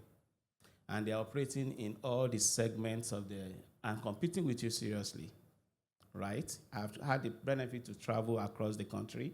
I've been to virtually all the trade zones, with the free trade zones in Nigeria. 90% of the participants in those free trade zones, they are Chinese. And the reasons for creating those free trade zones by our government is to promote production and packaging for the purpose of exportation. And so if we don't play there, you see the Chinese having the biggest cultivation of cassava in Nigeria. As a matter of fact, we see those requests coming our ways.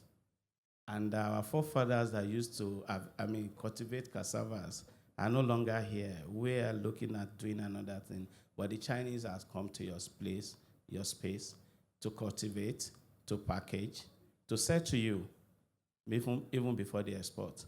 So you will continue to see a lot of brands in Chinese that are Nigerian-made products. And that is why we say globalization must be our friend, and we must live in it.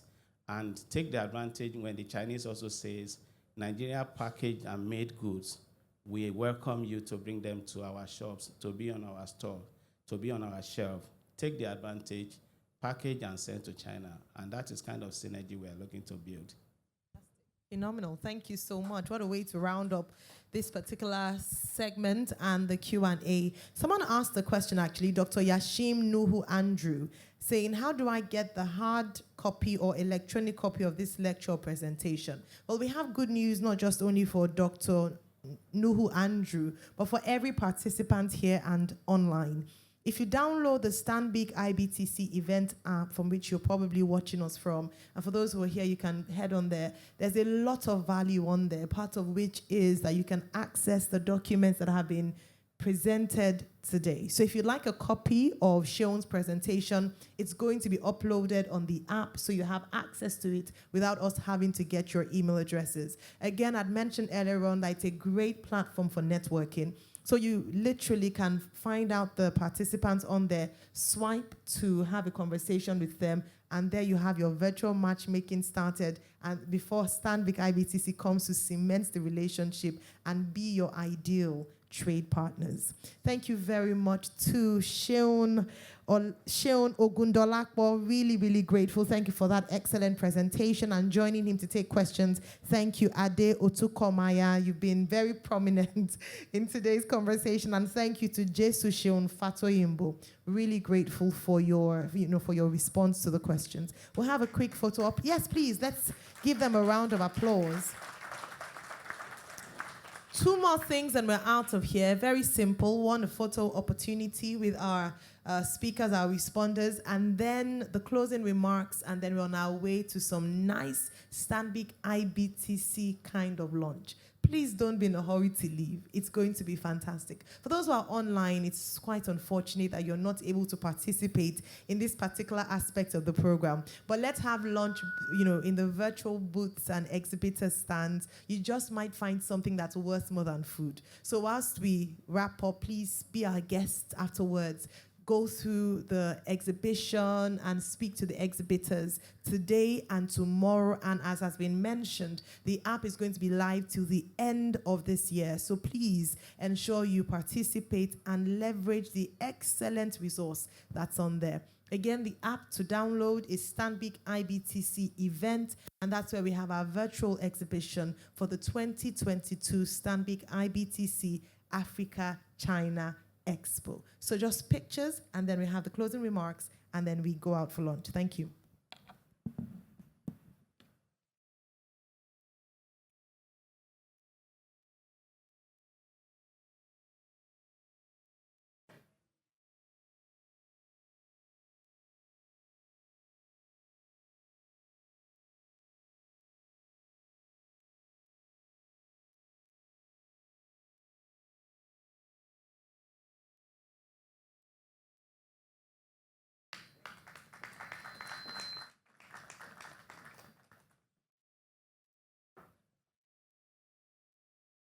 Okay, you've been such a fantastic audience. Thanks to everyone who's been with us from the very beginning, engaging and just having a truly impactful and enlightening morning and afternoon. To give us a formal closing remark, it's my pleasure and honor to invite to the podium the Executive Director, Client Solution at Stanbic IBTC Bank, Bumi Dayo Olagunju. A round of applause, please, as she comes to the podium. Thank you, Ayo. Ladies and gentlemen, good afternoon. You've spent quality time with us today, and we are extremely grateful. I'm in no doubt that you have made an investment today that you'll continue to reap returns from, be it from the information you've received, access to various support personnel, and even information on the market. And where to go, how to go, when to go, who to go with, which is Stanbic IBTC, by the way.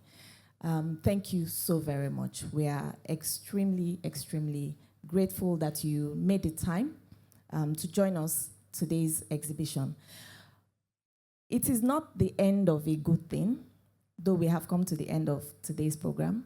I do believe it is the beginning of a very fruitful journey ahead, working with you and with your customers as well, be it from an import and export perspective. You've heard a number of solutions and products that we have. We tailor make our solutions and products to suit your circumstances, your business, your dynamics, your market, your products. We are that detailed, and it's not too much trouble for us. We believe and we know that we are more than a bank, and we want to be more than a bank with you. As you grow your business, we want to be, and we want to remain, for those of you who are already with us, your choice banking partner, your choice partner beyond banking, across Africa and beyond Africa as well. I really would like to specifically mention some names as I give my thanks in recognition of how they have really joined hands with us to make today possible. Special thanks to the Nigeria Export Promotion Council that was represented here today by Mr. Samuel Oyeyekpo, who is the Deputy Director and Regional Director for Southwest. We thank you. Also represented today was the Chinese Consulate General, represented by Mr. Li Ke and Mr. Go Penwang. Thank you very much. And thanks as well to our experts in the house, some of whom came all the way from South Africa to join us. Our colleagues from Standard Bank Group, Philip Myburg, Lutando Vuba, Kisavan Nadas, and of course, Jane Hu, who joined us online. I think it was Mr. Ayemere that gave two proverbs, during the panel session. And those proverbs really caught my attention because one of them is a special proverb of mine too. And he talked about, let me expand this proverb a little bit. If you want to go fast, you go alone. But if you want to go far, you go together. So go together with Stanbic IBTC. If you want to go far with your business beyond Africa as well. The second proverb he touched on was what I call the power of multiplication, And with Stanbic IBTC, working with us and the synergies that we've talked about today, you are taking your business to the power of 1,000 plus. So we are here to support you across the continent and beyond the continent as you grow. We're very grateful to all our participants online, here in person, our exhibitors, our highly esteemed panelists, our colleagues in Nigeria and outside of Nigeria, everyone who's joined hands with us here today, and Ayo as well, making today really possible. And remember to visit the Stanbic IBTC Events app. Remain connected with all the information materials that we've interacted and talked about here today. And we will keep adding to that app to keep you informed and ahead of the market. Thank you very much, and please join us for lunch. Thank you very much for the closing remarks and having done such an excellent job recapping today's event. I think it's a fine time to say that after over 6,000 participants, 14 Chinese and 14 Nigerian exhibitors, 13 speakers, 11 sessions, 1 event app. The first day of the 2022 Stanbic IBTC Africa-China Expo conference is officially closed. However, we're still definitely online. With a round of applause and a celebration, we're really grateful. Partner with us. Follow us on social media at Stanbic IBTC. If you want to speak to someone during lunch, we have a number of members of the Africa-China Trade Desk around the room. We're happy to begin synergizing with you for growth. So let us do that. Let us work and expand to China and the rest of the world, partnering with Stanbic IBTC. My name is Ayo Myra Esse, and it's been an honor to have served as your host for today's Expo, Day 1. Please ensure you go on our virtual tour, the virtual exhibition on our app. It's live today, tomorrow, and until the end of the year. Please engage with us, speak to one of us, and we'll be more than happy to partner with you.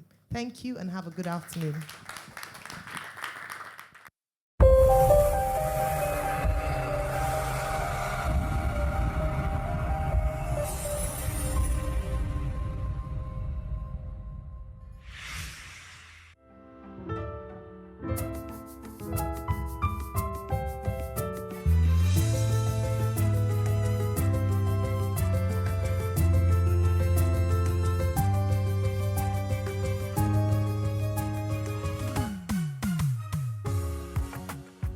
Please ask our customers, our esteemed customers and guests, participants to kindly make their way to the lunch area. If you need help with accessing that, please speak to one of the ushers. It's right through the doors, and then you'll find your way to lunch. It's buffet style, so please help yourself and eat as much as you can. And to all our online audience, we say thank you for participating with us on day 1 of the Expo. Thank you.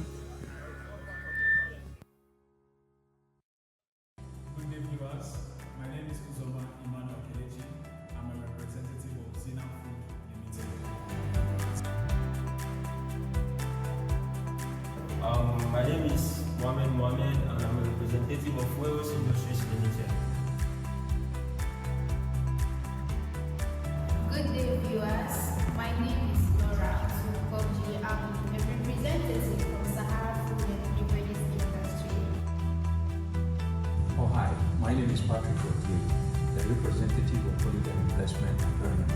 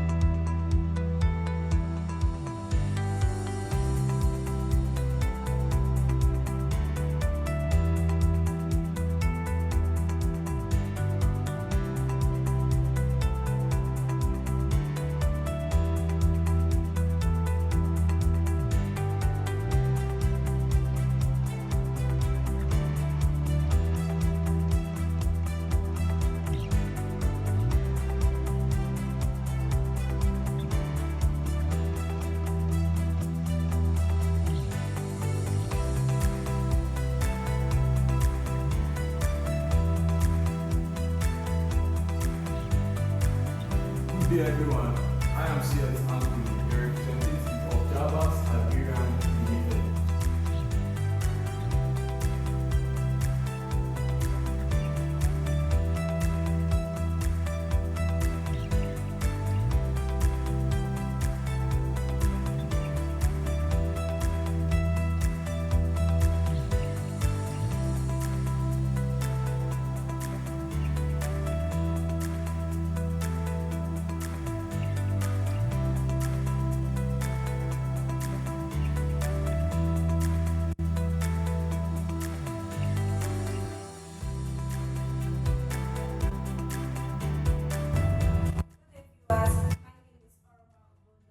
I'm a representative of Harris Food Industry Limited.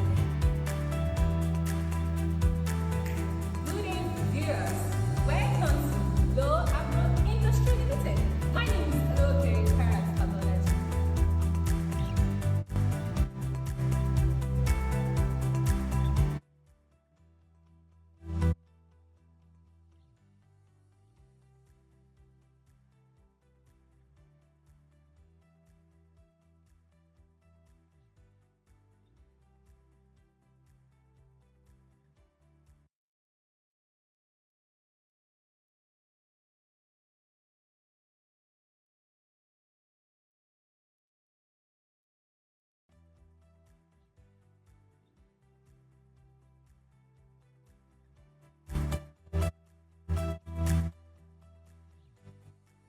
This is our A-type battery kg frame leg. This is made of positive galvanized material.